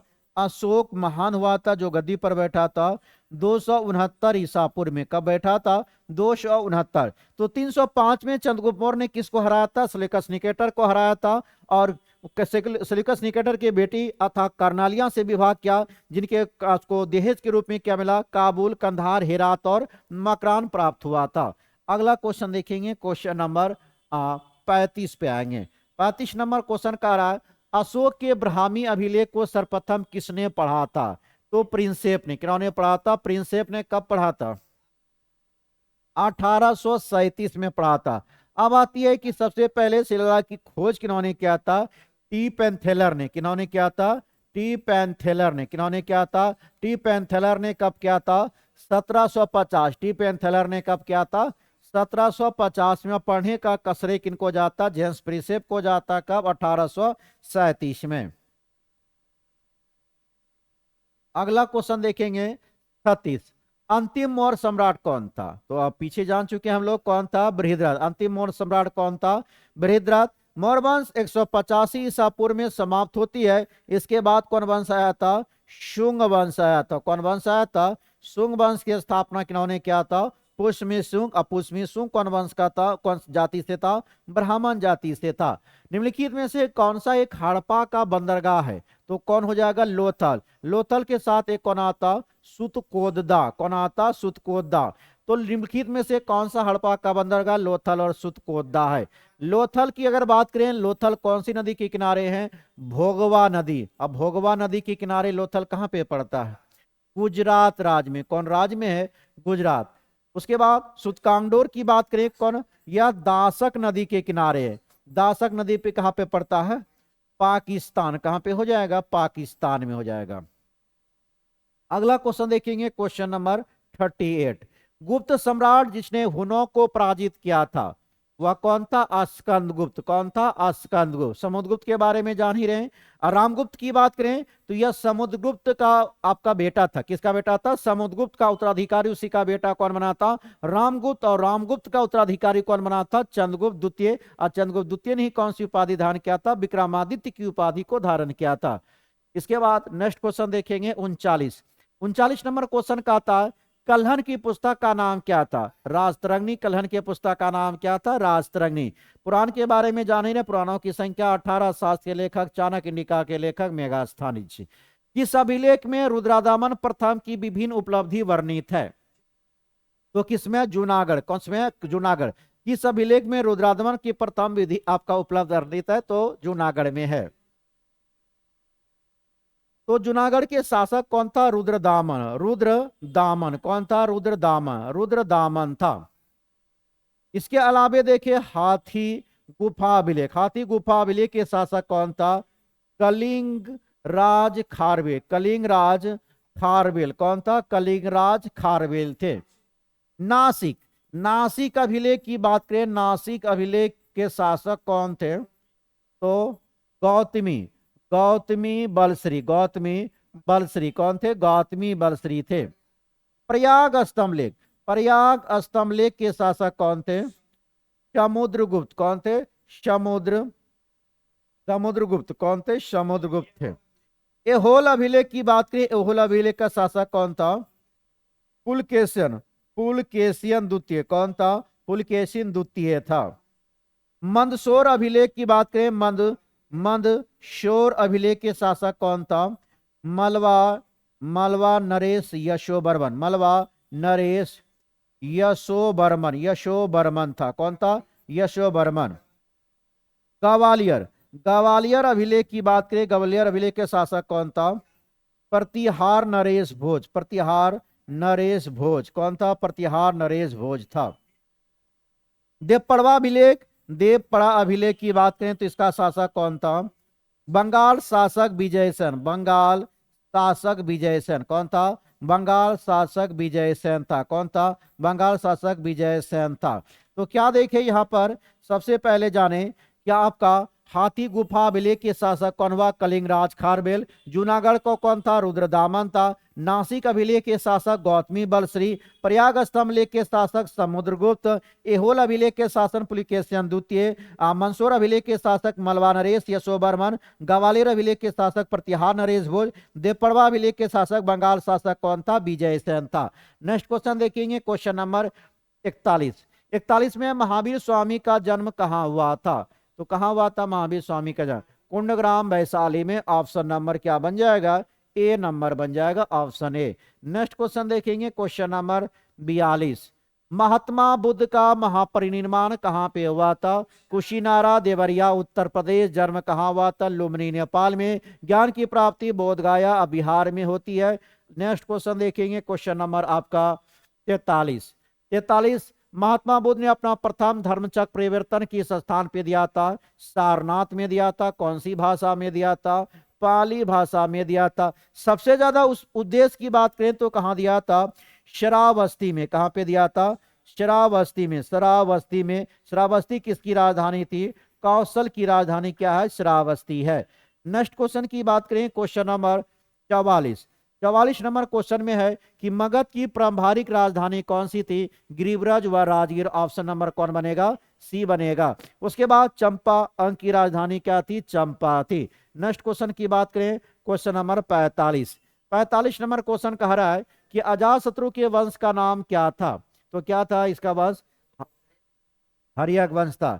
नेक्स्ट क्वेश्चन देखेंगे, क्वेश्चन नंबर आपका 46। 46 नंबर क्वेश्चन कह रहा तृतीय बौद्ध सभा किस स्थान पर बुलाई गई थी? तो तृतीय बौद्ध सभा कहाँ हुआ था? पाटलिपुत्र में। ऑप्शन नंबर कौन हो जाएगा? D number. तृतीय बौद्ध संगति कब हुई थी? तो यह आपको 250 ईसा पूर्व में। कब हुआ था? 250 ईसा पूर्व में हुआ था। जिनकी अध्यक्षता कौन कर रहे थे? मोगलीपुत्र तीस, मोगलीपुत्र तीस के द्वारा। किनके द्वारा हो रहा था? मोगलीपुत्र तीस। शासन किनका चल रहा था?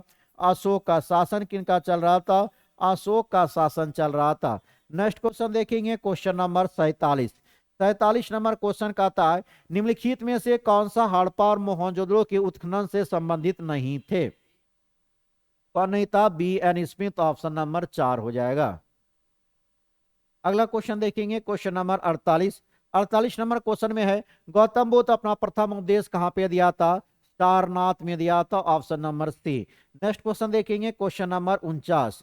49 नंबर क्वेश्चन कहता है कि प्राचीन भारत का नेपोलियन किसे कहा जाता है? तो किनको कहा जाता है? समुद्रगुप्त, जिन्होंने आपका अपरम भागवत की उपाधि धारण किया था, विक्रमन की उपाधि धारण किया था। कुछ कनिष्क की बात करें तो कुषाण वंश का सबसे शक्तिशाली राजा कौन था? कनिष्क था, जिन्होंने शक संबंध की शुरुआत किया था 78 ईस्वी में। तो शक संगत, अगर शक संबंध की बात करें, शक संबंध की शुरुआत कब हुआ? 78 ईस्वी में हुआ था। और यह करने वाला कौन था? कनिष्क। कनिष्क कौन वंश का प्रतापी राजा था? कुषाण वंश का प्रतापी राजा था। और कुषाण वंश का संस्थापक कौन था? कुजुल कड़फिसस था। नेक्स्ट क्वेश्चन देखेंगे, क्वेश्चन नंबर 50।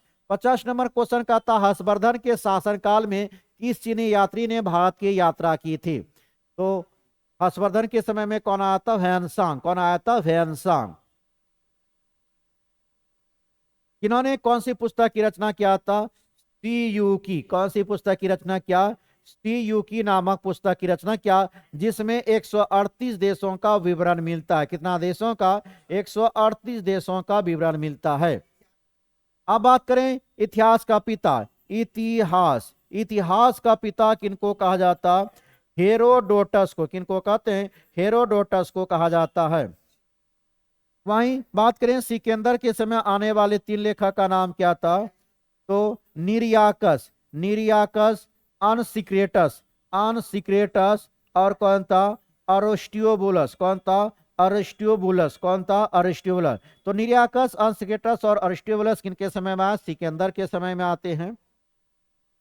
और बात करें डायमैक्स, डायमैक्स, डायमैक्स किनके दरबार में आया था? बिंदुसार के दरबार में। डायमैक्स किनके दरबार में आए थे? बिंदुसार के दरबार में आए थे। वहां डायनोसियस, डायनोसियस, डायनोसियस किनके दरबार में आए थे? अशोक के दरबार में। डायनोसियस किनके दरबार में आए? अशोक के दरबार में आए थे। भारत का भूगोल के लेखक कौन थे? भारत के भूगोल का लेखक कौन था? तो टॉलमी थे। कौन थे? टॉलमी। कौन थे? टॉलमी थे। वह natural, natural, natural, natural history के लेखक, नेचुरल हिस्ट्री के लेखक कौन थे? प्लिनी। नेचुरल हिस्ट्री के लेखक कौन थे? प्लिनी। नेचुरल हिस्ट्री के लेखक कौन थे? प्लिनी थे। अगला क्वेश्चन देखेंगे, क्वेश्चन नंबर 51। 51 नंबर क्वेश्चन कहता है नालंदा विश्वविद्यालय के संस्थापक कौन थे? तो कौन था? कुमारगुप्त, जो गुप्त वंश के राजा हुए करते थे। अगला क्वेश्चन देखेंगे, क्वेश्चन नंबर 52। 52 नंबर क्वेश्चन कहता है कि इंडिका का लेखक कौन था? मेगास्थनीज। इंडिका का लेखक मेगास्थनीज। प्लिनी की बात करें तो अब ये देखिए प्लिनी ने कौन सा पुस्तक? नेचुरल हिस्ट्री के लेखक कौन थे? प्लिनी। नेचुरल हिस्ट्री के लेखक कौन थे? प्लिनी। नेक्स्ट क्वेश्चन पे आएंगे, क्वेश्चन नंबर 53। 53 नंबर क्वेश्चन कहता है चीनी यात्री हैंसांग भारत की यात्रा की थी। 500, 515 से 520, 515 से 520 चीनी यात्री है। संयुगन कब आया था? 515 से 520। नेक्स्ट क्वेश्चन देखेंगे, क्वेश्चन नंबर 54। 54 का था निम्न से किस हड़प्पाकालीन स्थल से टेराकोटा का हल प्राप्त हुआ है? तो कहां से हुआ? बनवाली। कहां से प्राप्त हुआ? बनवाली। बनवाली की बात करें, बनवाली कौन सी नदी के किनारे पड़ता है? तो रंगोई नदी। रंगोई नदी कहां पे पड़ता है? हरियाणा में। बनवाली रंगोई नदी हरियाणा में। धोलावीरा की बात करें तो लूनी नदी कहां पे है? गुजरात में। लूनी नदी गुजरात में। उसके बाद कालीबंगा घाघर नदी के किनारे राजस्थान में। घाघर नदी के किनारे कहां पे बसा हुआ? राजस्थान में। लोथल की बात करें, लोथल भोगवा नदी के किनारे कहां पे आपका? गुजरात में। लोथल भोगवा नदी के किनारे कहां पे पड़ता है? गुजरात में। नेक्स्ट क्वेश्चन पे बात करें, क्वेश्चन नंबर 55। 55 नंबर क्वेश्चन कह रहा है कलिंग नरेश खारवेल का संबंध था तो चेदी वंश से था। किस वंश से था? चेदी वंश का था। चेदी वंश का संस्थापक कौन था आपका? तो यह था महामेघवाहन। महामेघवाहन कौन था इसका संस्थापक? महामेघवाहन थे इस वंश के संस्थापक। अगला क्वेश्चन देखेंगे, क्वेश्चन नंबर 56। 56 नंबर की बात करें, 56 नंबर क्वेश्चन क्या कहता है किस प्रकार की भूमि को अपरहत कहा जाता है? तो बिना जोते हुए भूमि को क्या कहा जाता है? अपरहत। तो कौन सा ऑप्शन हो जाएगा? Option 1 number, option number A बन जाएगा। अब गुप्त काल की भी बात करें तो गुप्त काल में कई प्रकार की भूमि के बारे में हम लोग क्लास में देखे थे, जिसमें पहला आता क्षेत्र। क्षेत्र भूमि को क्या कहा जाता है? तो कृषि करने योग्य भूमि। कृषि करने योग्य भूमि, कृषि करने योग्य भूमि को क्या कहते हैं? क्षेत्र भूमि कहता है। दूसरा आता है वास्तु। वास्तु में कौन भूमि आता है? तो वसने योग। वसने योग भूमि मतलब रहने योग्य भूमि को वास्तु भूमि कहा जाता है। तीसरा आता चारागाह। चारागाह भूमि किसको कहा जाता है? तो पशुओं को, पशुओं के चारा योग, पशुओं के जो चारा के लिए इस्तेमाल होता है, चारागाह भूमि। चौथा बात करें अपरहत, जो अभी आपका क्वेश्चन में था, अपरहत में क्या हुआ? बिना जोते हुए जंगली भूमि। पांचवा अगर बात करें, हाँ तो 4 को देख लिए, कितना हुआ आपका? अपराध भूमि हो गया, इसमें बिना जोते हुए भूमि। अगला क्वेश्चन देखेंगे, क्वेश्चन नंबर हम लोग 57 पे। 57 नंबर क्वेश्चन की बात करें सिंधु घाटी सभ्यता की सबसे महत्वपूर्ण विशेषता क्या है? तो पकी ईंट की बनी हुई इमारत। ऑप्शन नंबर कौन बन जाएगा? ए बन जाएगा। सिंधु घाटी सभ्यता की बात करें तो इसका समय था 2400 ईसा पूर्व से लेकर 1700 ईसा पूर्व। कैसा था? 1700 ईसा पूर्व था। आकार की बात करें, आकार कैसा है? त्रिभुजाकार। कैसा है? त्रिभुजाकार। सिंधु सभ्यता आकार कैसा था? त्रिभुजाकार। इसकी खोज की बात करें 1921 में राय बहादुर दयाराम साहनी के द्वारा किया गया। किनके द्वारा किया गया? दयाराम साहनी के द्वारा किया गया। सिंधु सभ्यता एक नगरीय सभ्यता है। सिंधु सभ्यता कैसी सभ्यता है? नगरीय सभ्यता है, जिसका प्रमाण किन्होंने दिया 1924 में? Sir John Marshall. किन्होंने दिया? सर जॉन मार्शल के द्वारा बतलाया गया। किनके द्वारा? Sir John Marshall. तो सिंधु सभ्यता एक नगरीय सभ्यता, जिसका प्रमाण 1924 में किन्होंने दिया था? सर जॉन मार्शल ने बतलाया था। अगला क्वेश्चन देखेंगे, क्वेश्चन नंबर 58 की बात करें, 58 नंबर क्वेश्चन का था मेगास्थनीज दूत था। किनका था? सेलेकस निकेटर का था। ऑप्शन नंबर कौन हो जाएगा? ए हो जाएगा।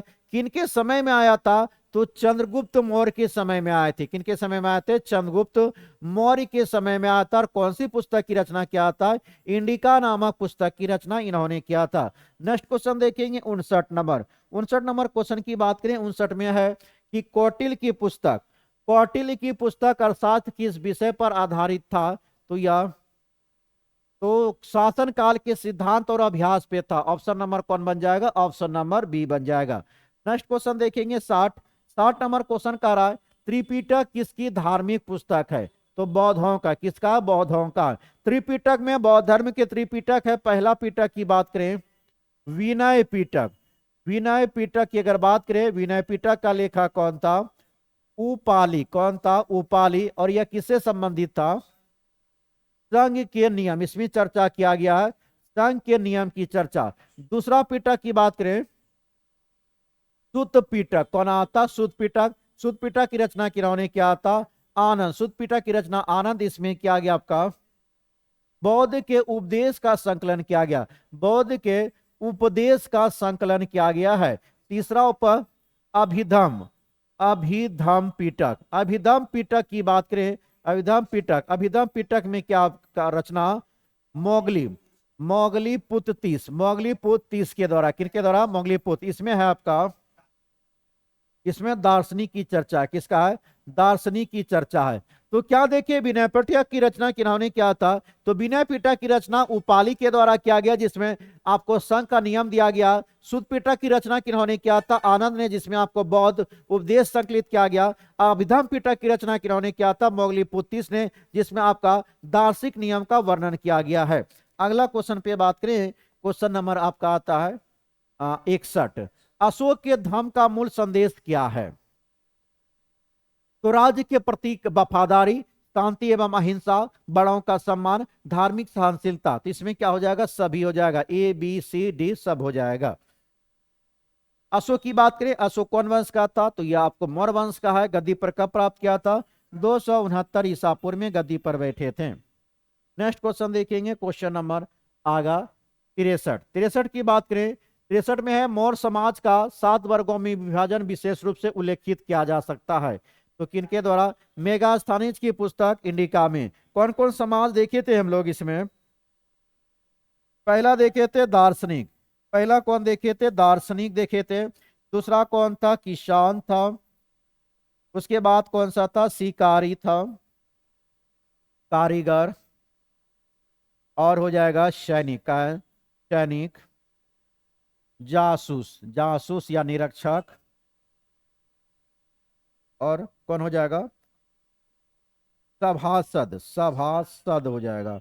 तो टोटल 7 वर्गों में विभाजित किया गया। दार्शनिक, किसान, शिकारी, कारीगर, सैनिक, जासूस और कौन था? सभासद था। नेक्स्ट क्वेश्चन की बात करें, क्वेश्चन नंबर हम लोग देखेंगे 63। प्रसिद्ध चीनी यात्री फायान ने किसके शासन काल में भारत की यात्रा की थी? कौन आया था? फायान। किनके समय में आया था? चंद्रगुप्त द्वितीय। किनके समय में आता? चंद्रगुप्त द्वितीय, जिन्होंने विक्रमादित्य की उपाधि धारण किया। श्रीगुप्त की बात करें तो यह गुप्त वंश के संस्थापक थे। और चंद्रगुप्त प्रथम ने कौन सी उपाधि धारण किया था? महाराजा धीराज की उपाधि को प्राप्त किया था। अगला क्वेश्चन देखेंगे, क्वेश्चन नंबर 64। 64 नंबर क्वेश्चन कहता है कि प्रसिद्ध चीनी यात्री फयान ने किसके शासनकाल में भारत की यात्रा की थी? तो वही सेम रिपीट कर दिया गया, चंद्रगुप्त द्वितीय में।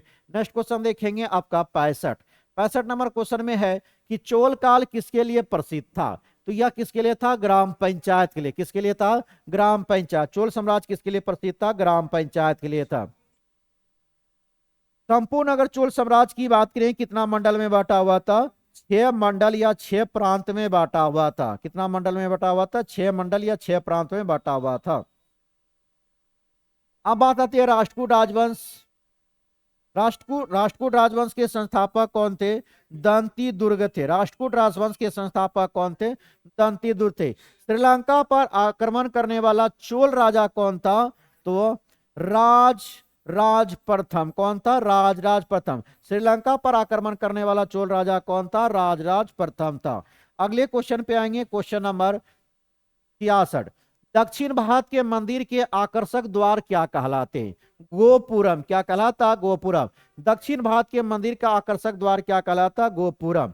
यह जो है आपका यह हिंदू मंदिरों का स्थापत के प्रमुख अंग है। क्या है? प्रमुख अंग है। क्या है आपका? प्रमुख अंग है। तो यह हिंदू मंदिरों का स्थापत कला का क्या है? प्रमुख अंग है। कौन? आपका दक्षिण भारत के मंदिरों की गोपुरम। अगला देखेंगे 67 नंबर। 67 का था भारत में पशुपालन एवं कृषि के प्राचीनतम साक्ष्य प्राप्त हुए हैं। तो कहां से हुआ? मेहरगढ़ से। मेहरगढ़ की बात करें, यह पाकिस्तान के दो पहाड़ी कौन? एक सुलेमान, दूसरा है किरथर पहाड़ी। कौन सा है? किरथर पहाड़ी के बीच में कौन पाया जाता? मेहरगढ़। कौन पाया जाता? मेहरगढ़, जहां से भारत में पशुपालन एवं कृषि के साक्ष्य का प्रमाण प्राप्त हुआ है। अगला क्वेश्चन पे आएंगे, क्वेश्चन नंबर 68। इनमें से किसने सर्वप्रथम व्यापक पैमाने पर स्वर्ण मुद्रा का प्रचलन किया था? तो किन्होंने क्या था? बीम कटफेसिस ने। अब सबसे पहले आता कि स्वर्ण सिक्का चलाया किन्होंने था? हिंद यूनानियों ने। किन्होंने चलाया था? हिंद यूनानियों के द्वारा चलाया गया। सबसे ज्यादा शुद्ध सोने का सिक्का, शुद्ध सोना का सिक्का किन्होंने चलाया? कुषाणों ने। किन्होंने चलाया? कुषाणों। शुद्ध सोना का सिक्का कुषाणों ने चलाया। जबकि सबसे अधिक सोने का सिक्का किन्होंने चलाया? गुप्तों ने चलाया। किन्होंने चलाया? गुप्तों ने। तो सबसे ज्यादा अगर सोना का सिक्का पूछा जाए किसने चलाया? गुप्त ने चलाया। सबसे ज्यादा शुद्ध सोना का सिक्का किन्होंने चलाया? कुषाणों ने चलाया। और सबसे पहले सोना का सिक्का किन्होंने चलाया था? हिंदू यूनानियों ने चलाया था। नेक्स्ट क्वेश्चन की बात करें, क्वेश्चन नंबर 69 नंबर क्वेश्चन कहता है इनमें से किसने पहली बार यह व्याख्या की थी कि पृथ्वी की अपनी धुरी पर घूमने के कारण प्रतिदिन सूर्योदय एवं सूर्यास्त होता है? तो किन्होंने बतलाया था? आर्यभट्ट के द्वारा। किनके द्वारा बतलाया गया? आर्यभट्ट। इसी में अगर बात करें भारत का आइंस्टीन किनको कहा जाता है? तो भारत का आइंस्टीन नागा अर्जुन को कहा जाता है। किनको कहते हैं? नागा अर्जुन को कहा जाता है। वहीं बात करें बौद्धों का रामायण किसको कहा जाता है? बौद्ध चरित्र को। किसको कहा था? बौद्ध चरित्र को कहा जाता है। और बौद्धों का विश्वकोश, बौद्ध का विश्वकोश किसको कहा जाता है? तो महाविभास सूत्र को। किनको कहा जाता? महाविभास सूत्र। किसको कहा था? महाविभास सूत्र को कहता। वहीं भारतीय चिकित्सा शास्त्र का विश्वकोश किसको कहा जाता? तो यह चरक संहिता को। किनको कहते हैं? चरक संहिता को कहा जाता है। तो भारत का आइंस्टीन किनको कहते हैं? नागार्जुन। बौद्धों का रामायण किसको कहता? बौद्ध चरित्र को। बुद्धों का विश्वकोश किसको कहा जाता? महाविभास सूत्र को। भारतीय चिकित्सा शास्त्र का जनक किसको कहा जाता? चरक संहिता को कहा जाता। अगले क्वेश्चन पे आएंगे, क्वेश्चन नंबर 70 नंबर क्वेश्चन कह रहा है कि स्वर्ण भूमि का वह राजा कौन था जिसने नालंदा के एक बौद्ध विहार की स्थापना की तथा उसके रख रखाव हेतु अपने दूत द्वारा देवपाल में 5 गांव दान में देने की घोषणा की? तो कौन था ये आपका? बाल पुत्र देव। ऑप्शन नंबर कौन हो जाएगा? सी नंबर हो जाएगा। नेक्स्ट क्वेश्चन देखेंगे क्वेश्चन नंबर 71।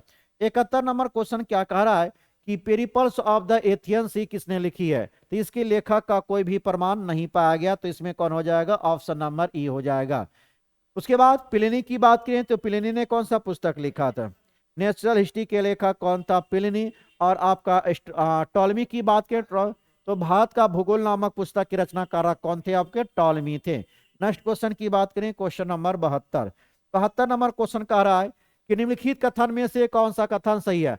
हड़प्पा का उत्खनन 1921 में राय बहादुर दयाराम साहनी के द्वारा, बिल्कुल सही। वर्तमान में हड़प्पा कहाँ पे? रावी नदी के किनारे पाकिस्तान में। हड़प्पा ब्यास नदी के किनारे है? नहीं, ये तो गलत है। हड़प्पा के उत्खननकर्ता आर.डी. बनर्जी थे, यह भी नहीं होगा। उसके बाद छात्र वाला तम्र रत्न हड़प्पा से मिला, यह भी सही है। तो 1, 3 आपको 5 सही हो जाएगा। ऑप्शन नंबर कौन बनेगा? इसमें एक और दो ना, अच्छा ये भी नहीं हो जाएगा, सॉरी। तो कौन हो जाएगा? 1 और 2 सही। ऑप्शन नंबर कौन बन जाएगा? ए नंबर। नेक्स्ट क्वेश्चन देखेंगे क्वेश्चन नंबर 73। 73 का राय निम्न में से कौन सी नदी सप्तसेधप प्रदेश में समाविष्ट नहीं थी? तो कौन नहीं थी? साबरमती नहीं था। कौन नहीं था? साबरमती नहीं था। अब बात करें इसमें सभी के नदियों का पुराना नाम की बात करें तो जिसमें आता आपका कूब का क्या था? कुरुम का कुर्रम था। क्या था? कुरुम का कुर्रम था। उसके बाद कुंभा, कुंभा का क्या था? कुंभा का काबुल। क्या था? कुंभा का काबुल था। उसके बाद वितेस्ता, वितेस्ता, वितेस्ता का क्या था? झेला। अभी आधुनिक नाम क्या है? झेलम है वितेस्ता का। अस्कनी, अस्कनी की बात करें, अस्कनी का क्या है? चेनाब। अस्कनी का क्या है? चेनाब है। परसोनी, परसोनी की बात करें, परसोनी का क्या है? रावी। परसोनी का क्या है? रावी है। सतुद्री की बात करें तो सतलज हो जाएगा। सदानीरा का क्या हो जाएगा? गंडक हो जाएगा। नेक्स्ट क्वेश्चन देखेंगे क्वेश्चन नंबर 74। 74 नंबर क्वेश्चन में क्या दिया हुआ है? चंद्रगुप्त मौर्य ने सेल्यूकस को आपको बख्शिश के रूप में क्या दिया था? तो 500 हाथी दिया था। कितना दिया था? 500 युद्ध हाथी दिया था। ऑप्शन नंबर ए हो जाएगा। नेक्स्ट क्वेश्चन देखेंगे 75 नंबर। 75 में मिलान करने को दिया है दांडी।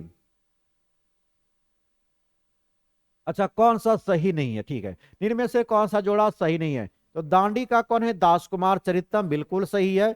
आप विष्णु शर्मा की बात करें, विष्णु शर्मा की पुस्तक का नाम पंचतंत्र है। आर्यभट्ट का बृहद संहिता नहीं, आर्यभट्टियम है। कौन है आपका? आर्यभट्टियम है। कौन है? आर्यभट्टियम है। तो इसका कौन है? आर्यभट्टियम है। भास का कौन सा है? शोपनवास दाता। तो गलत कौन हो गया? ऑप्शन नंबर सी हो गया। आर्यभट्ट का आर्यभट्टियम है। नेक्स्ट क्वेश्चन देखेंगे क्वेश्चन नंबर 76। 76 में कहा था बिग्रहराज चतुर्थ ने अजमेर की 2.5 दिन का झोपड़ा नामक मस्जिद के पहले किसका निर्माण किया था?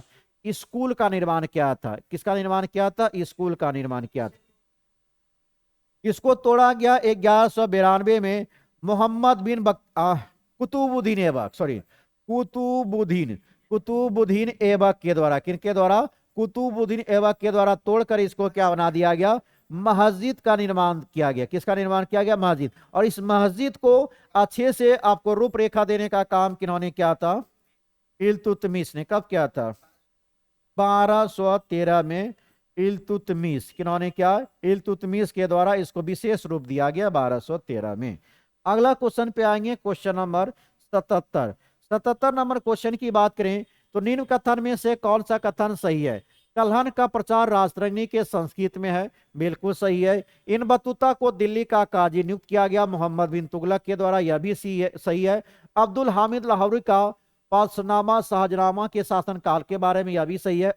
अमीर खुसरो सितार का आविष्कारक था, खड़ी बोली का भी जनक कहा जाता। हमीदा बानो बेगम ने हुमायूंनामा की रचना किया था। नहीं, हमीदा बानो बेगम हुमायूं का नहीं होगा, यह गलत हो जाएगा। तो कौन सही है? 1, 2, 3 और 4 हो जाएगा। इसमें ऑप्शन नंबर 2 बनेगा। कौन बनेगा? Option number 2। नेक्स्ट क्वेश्चन देखेंगे क्वेश्चन नंबर 54। 54 कह रहा है गौतम बुद्ध ने अपना प्रथम उपदेश कहां पे दिया था? सारनाथ में। कहां पे दिया था? सारनाथ में। नेक्स्ट क्वेश्चन 79 पे आएंगे। 79 नंबर क्वेश्चन क्या कहता है? 79 में है अपने शिलालेख में अशोक समानता किस नाम से जाने जाते हैं? तो किस नाम से जाने जाते हैं इसमें? चक्रवर्ती, प्रियदर्शी, धर्मदेव या धर्मवकृति। तो क्या हो जाएगा? प्रियदर्शी के नाम से जाना जाता है। अब अशोक की बात करें तो अशोक या मौर्य वंश का राजा था। कौन वंश का था? मौर्य वंश। या गद्दी प्राप्त किया था 269 ईसा पूर्व में। इनकी माता जी का नाम, अगर माता जी का नाम पूछा जाए, शुभद्रांगी था। क्या नाम था? शुभद्रांगी। दिव्यावदान के अनुसार इनकी माता का नाम शुभद्रांगी था। अशोक का नाम, अशोक कहां पे मिलता है? तो 4 अभिलेखों में मिलता है। तो एक आता है मास्की, मास्की, दूसरा आता है गुर्जरा, तीसरा है नैतुर और चौथा है उडे गोलम। इन सभी में अशोक का नाम क्या मिलता? अशोक मिलता। अशोक ने स्वयं को मगध का साम्राज्य, अशोक ने स्वयं को मगध का साम्राज्य किसमें बतलाया है? भाब्रू अभिलेख में। किसमें बतलाया है? भाब्रू अभिलेख में। किसमें बतलाया है? भाब्रू अभिलेख में बतलाया है। पुराणों में अशोक को अगर पूछा जाए, पुराणों में अशोक को क्या कहा गया? अशोकावर्धन कहा गया। क्या कहा गया? अशोकावर्धन से नाम से जाना गया पुराणों में अशोक को। इनको बौद्ध धर्म का ज्ञान देने वाले गुरु का नाम क्या था? उपगुप्त था। इनको बौद्ध धर्म के ज्ञान किन्होंने दिया? उपगुप्त ने दिया था इनके। और यह अपने राज्याभिषेक के 10 कलिंग युद्ध को जीतने के बाद यह 10वें वर्ष कहां पे गया था? बौद्ध गया। कहां पे गए थे? बौद्ध गया गए थे। 12वें वर्ष यह कहां गए? निगाली सागर। कहां गए थे? निगाली सागर गए थे। और 20वें वर्ष कहां गए थे? लुम्बिनी की यात्रा पे गए थे। कहां गए थे? लुम्बिनी की यात्रा पर। इनके शिलालेख की अगर संख्या पूछा जाए, इनका शिलालेख की संख्या कितना है? 14 है। इसके बाद इनमें शिलालेख में 3 लिपि का प्रयोग किया गया है। खरोष्टी, खरोष्टी, ब्राह्मी, खरोष्टी, ब्राह्मी और ग्रीक, ग्रीक और अरमाइक, ग्रीक और अरमाइक। तो ब्राह्मी, खरोष्टी, ग्रीक एवं अरमाइक लिपि का इस्तेमाल इसके अभिलेखों में किया गया है। अगला क्वेश्चन देखेंगे 80। 80 नंबर क्वेश्चन क्या कहता है? 80 में दिया इनमें से कौन सा गुप्त काल में औषधि के क्षेत्र में अपने कार्य के लिए जाने जाते हैं? तो इसमें कौन हो जाएगा? इनमें से कौन नहीं? इसका आंसर कौन हो जाएगा? वास्तविक में धनवंतरी होगा। कौन होगा? धनवंतरी होगा। कौन होगा? धनवंतरी होगा।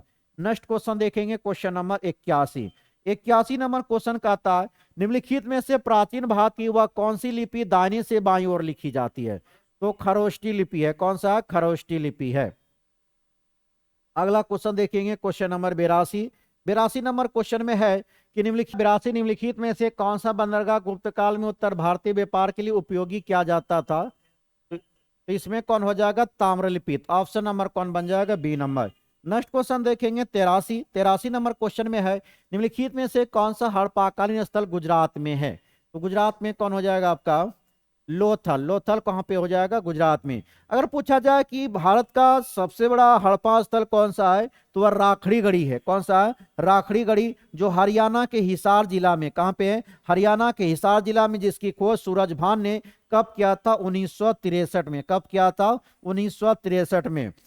अगला क्वेश्चन देखेंगे, क्वेश्चन नंबर 84। 84 नंबर क्वेश्चन में क्या पूछा गया है कि चोल वंश का संस्थापक कौन था? विजयालय। चोल वंश का संस्थापक कौन था? विजयालय। आदित्य प्रथम भी इसी से जुड़ा हुआ था, इस वंश से। अगला क्वेश्चन देखेंगे, क्वेश्चन नंबर 85। प्रथम बौद्ध संगति के अध्यक्ष कौन थे? तो प्रथम बौद्ध संगति के अध्यक्ष कौन थे आपका? महाकश्यप। कौन था? महाकश्यप। वसुमित्र की बात करें तो चतुर्थ बौद्ध संगति का कौन था? वसुमित्र था। नेक्स्ट क्वेश्चन देखेंगे, क्वेश्चन नंबर 86। 86 में दिया 101 दिया, कोई बात नहीं, नंबरिंग गलत है। बौद्धिस्ट पशुपानी की पेंटिंग कला स्थित है?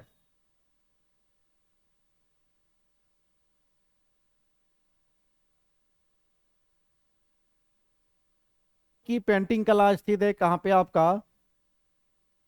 अजंता में हो जाएगा। कहां पे हो जाएगा? अजंता। ऑप्शन नंबर 2 हो जाएगा। नेक्स्ट क्वेश्चन देखेंगे। नेक्स्ट क्वेश्चन में 2 में कह रहा है निम्नलिखित कथन पर विचार कीजिए। फायान एक चीनी तीर्थयात्री था जो हर्षवर्धन के शासनकाल में आया। नहीं, ये तो गलत हो जाएगा।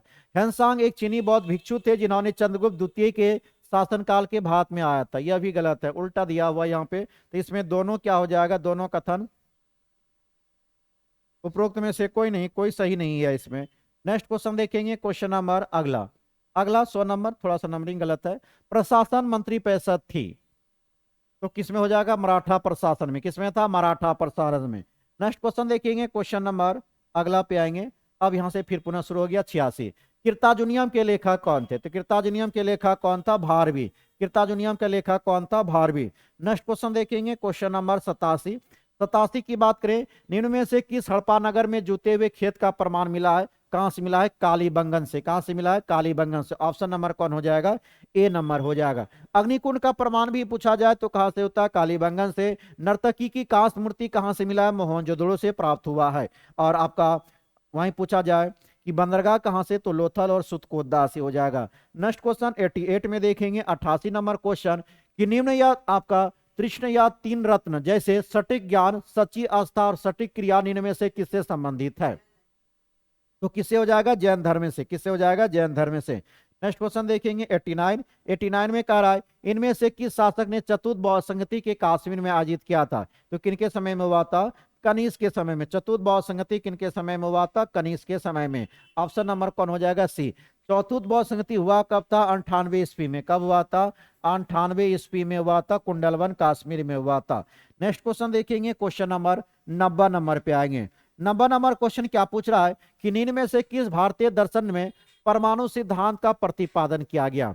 तो किसमें किया गया? वैशेषिक। किसमें किया गया? वैशेषिक। ऑप्शन नंबर कौन बन जाएगा? ऑप्शन नंबर 4 हो जाएगा। तो अगर बात किया जाए वैशेषिक का, कौन हो जाएगा? कन्नाद। कौन हो जाएगा?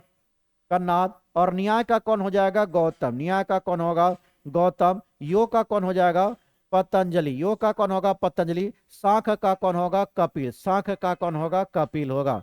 नेक्स्ट क्वेश्चन देखेंगे, क्वेश्चन नंबर 91। 91 में दिया है, प्रथम मानव जीवाश्म भारत में किस नदी के घाटी से मिला है? नर्मदा घाटी से। कहां से मिला है? नर्मदा घाटी से। अगला क्वेश्चन 92 पे आएंगे। 92 नंबर क्वेश्चन में दिया हुआ है कि भारत में पहले साम्राज्य की स्थापना किस शासक के द्वारा की गई थी? भारत में पहले साम्राज्य की स्थापना किसके द्वारा किया गया? चंद्रगुप्त मौर्य के द्वारा। ऑप्शन नंबर क्या बनेगा? ए बनेगा। अगला क्वेश्चन 93। 93 कह रहा है कि बुद्ध की प्राचीनतम प्रतिमा किस शैली में बना हुआ था?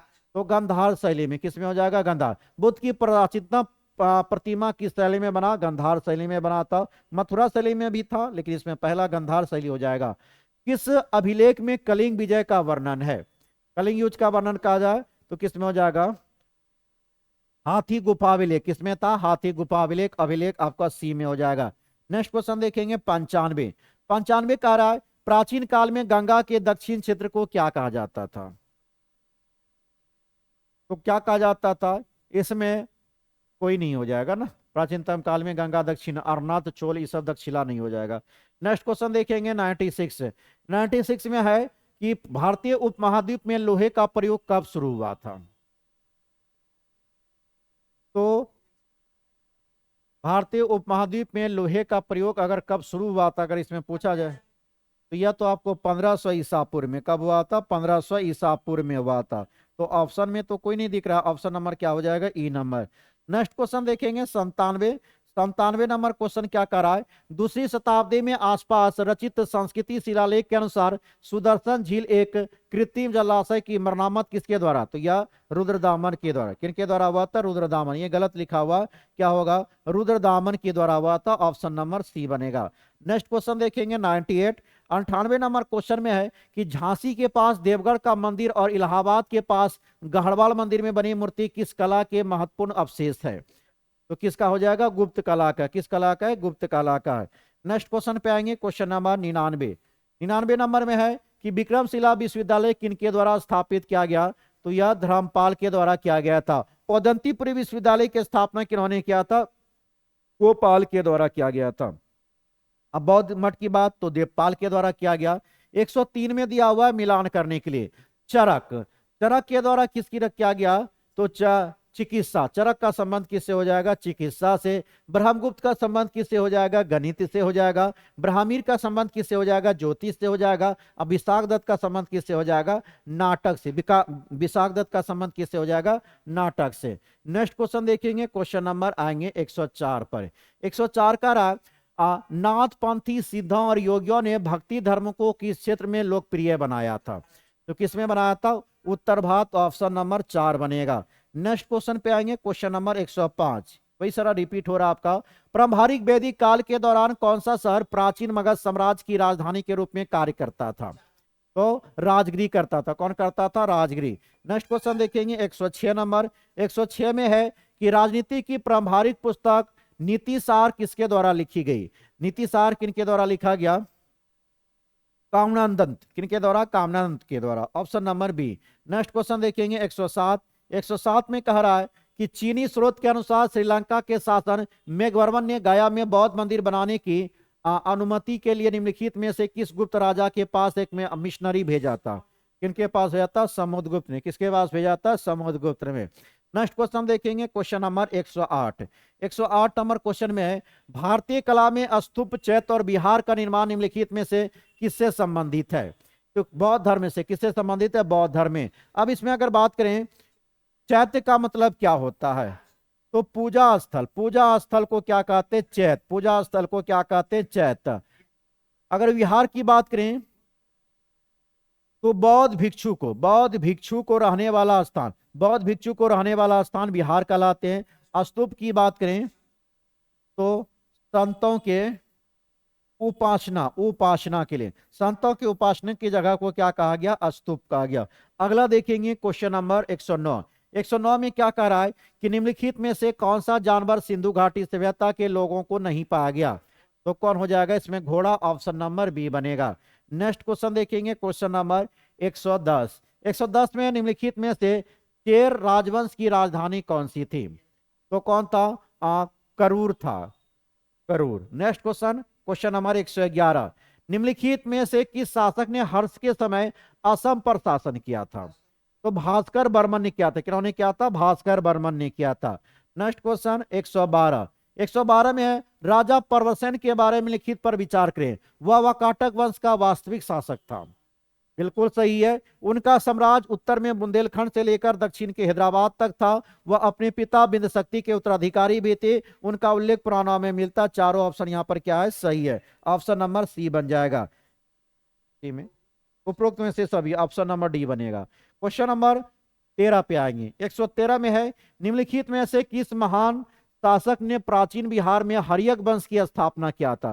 किन्होंने किया था? बिंबिसार ने किया था 544 में। नेक्स्ट क्वेश्चन की बात करें क्वेश्चन नंबर 114। शिशुनाग वंश के बाद मगध, शिशुनाग वंश के बाद मगध पर किस वंश ने शासन किया था? तो शिशुनाग वंश के बाद कौन आया था? नंद वंश। शिशुनाग वंश के बाद कौन आया? नंद वंश आया था। नंद वंश की स्थापना महापद्मानंद के द्वारा किया गया था। अगला क्वेश्चन 115। आजीवक संप्रदाय के बारे में निम्नलिखित कथन पर विचार कीजिए। माखाली गोसाल इसके सबसे महत्वपूर्ण नेता थे। दर्शन का केंद्रीय विचार नियत था, जो कि क्या था? आपका भाग्य है। जाति और वर्ग के आधार पर भेदभाव किया जाता था। आज या तो नहीं हो जाएगा ना, ऑप्शन नंबर सी। आजीवक की बैठक के लिए नियमित सभाएं होती थी। यह भी सही है। तो ए, बी और डी सही है। ऑप्शन नंबर बी बन जाएगा। अगला क्वेश्चन देखेंगे क्वेश्चन नंबर 116। 116 में है निम्नलिखित में से कौन सा प्राचीन भारत में बौद्ध शिक्षा का प्रसिद्ध केंद्र नहीं था? तो इसमें नागपुर नहीं था। बल्लाभी, विक्रमशिला और नालंदा हुआ करते थे। Question number 117। 117 में भारत के किस राज्य में चित्रकूट मंदिर स्थित है? तो कहां पे है? मध्य प्रदेश। चित्रकूट मंदिर कहां पे पाया जाता है? मध्य प्रदेश में। Next question, question number 118। 118 का था दुनिया की सर्वाधिक प्राचीनतम सभ्यता कौन सी थी? मेसोपोटामिया की सभ्यता। कौन सी थी? मेसोपोटामिया की सभ्यता। आपका सभ्यता का विकास कहां पे हुआ? एशिया में हुआ। जबकि मानव का सर्वप्रथम विकास कहां पे हुआ था? दक्षिण अफ्रीका में माना जाता। नेक्स्ट क्वेश्चन की बात करें क्वेश्चन 120। मौर्य साम्राज्य के संस्थापक कौन थे? तो मौर्य साम्राज्य के संस्थापक कौन थे? चंद्रगुप्त मौर्य थे। Option number 4। अगला क्वेश्चन, क्वेश्चन नंबर 121। 121 में कहा था अशोक के स्तंभ पर कौन सी लिपि लिखी गई है? तो कौन सी लिपि लिखी गई है? ब्राह्मणी लिपि लिखी गई है। Next question, question number 122। 122 में कहता है निम्नलिखित में से कौन सा चंद्रगुप्त मौर्य से संबंधित नहीं है? सुसीमा, सांची, रुद्रदमन का जूनागढ़ अभिलेख या विष्णुगुप्त? तो कौन नहीं संबंधित है? सांची। सांची कहां पे पड़ता है? मध्य प्रदेश में। सांची कहां पे है? मध्य प्रदेश में। अगला क्वेश्चन देखेंगे 123। 127 का रहा है सिंधु घाटी सभ्यता के प्रमुख नगर का नाम क्या है जिसका पश्चिमी एशिया में व्यापारिक संबंध था? तो कौन था? लोथल। ऑप्शन नंबर कौन हो जाएगा? B number. क्वेश्चन नंबर अगला देखेंगे, पुनः 123 रिपीट किया हुआ है। झांसी के पास देवगढ़ का मंदिर और इलाहाबाद के पास गढ़वाल मंदिर में बनी मूर्तियां किस कला के महत्वपूर्ण अवशेष है? तो किसका है? गुप्त कला का है। किसका है? आपका गुप्त कला का है। तो यह था आपका प्राचीन भारत का महामैराथन। अब हम लोग अगले क्लास में मिलते हैं, तब तक के लिए जय हिंद।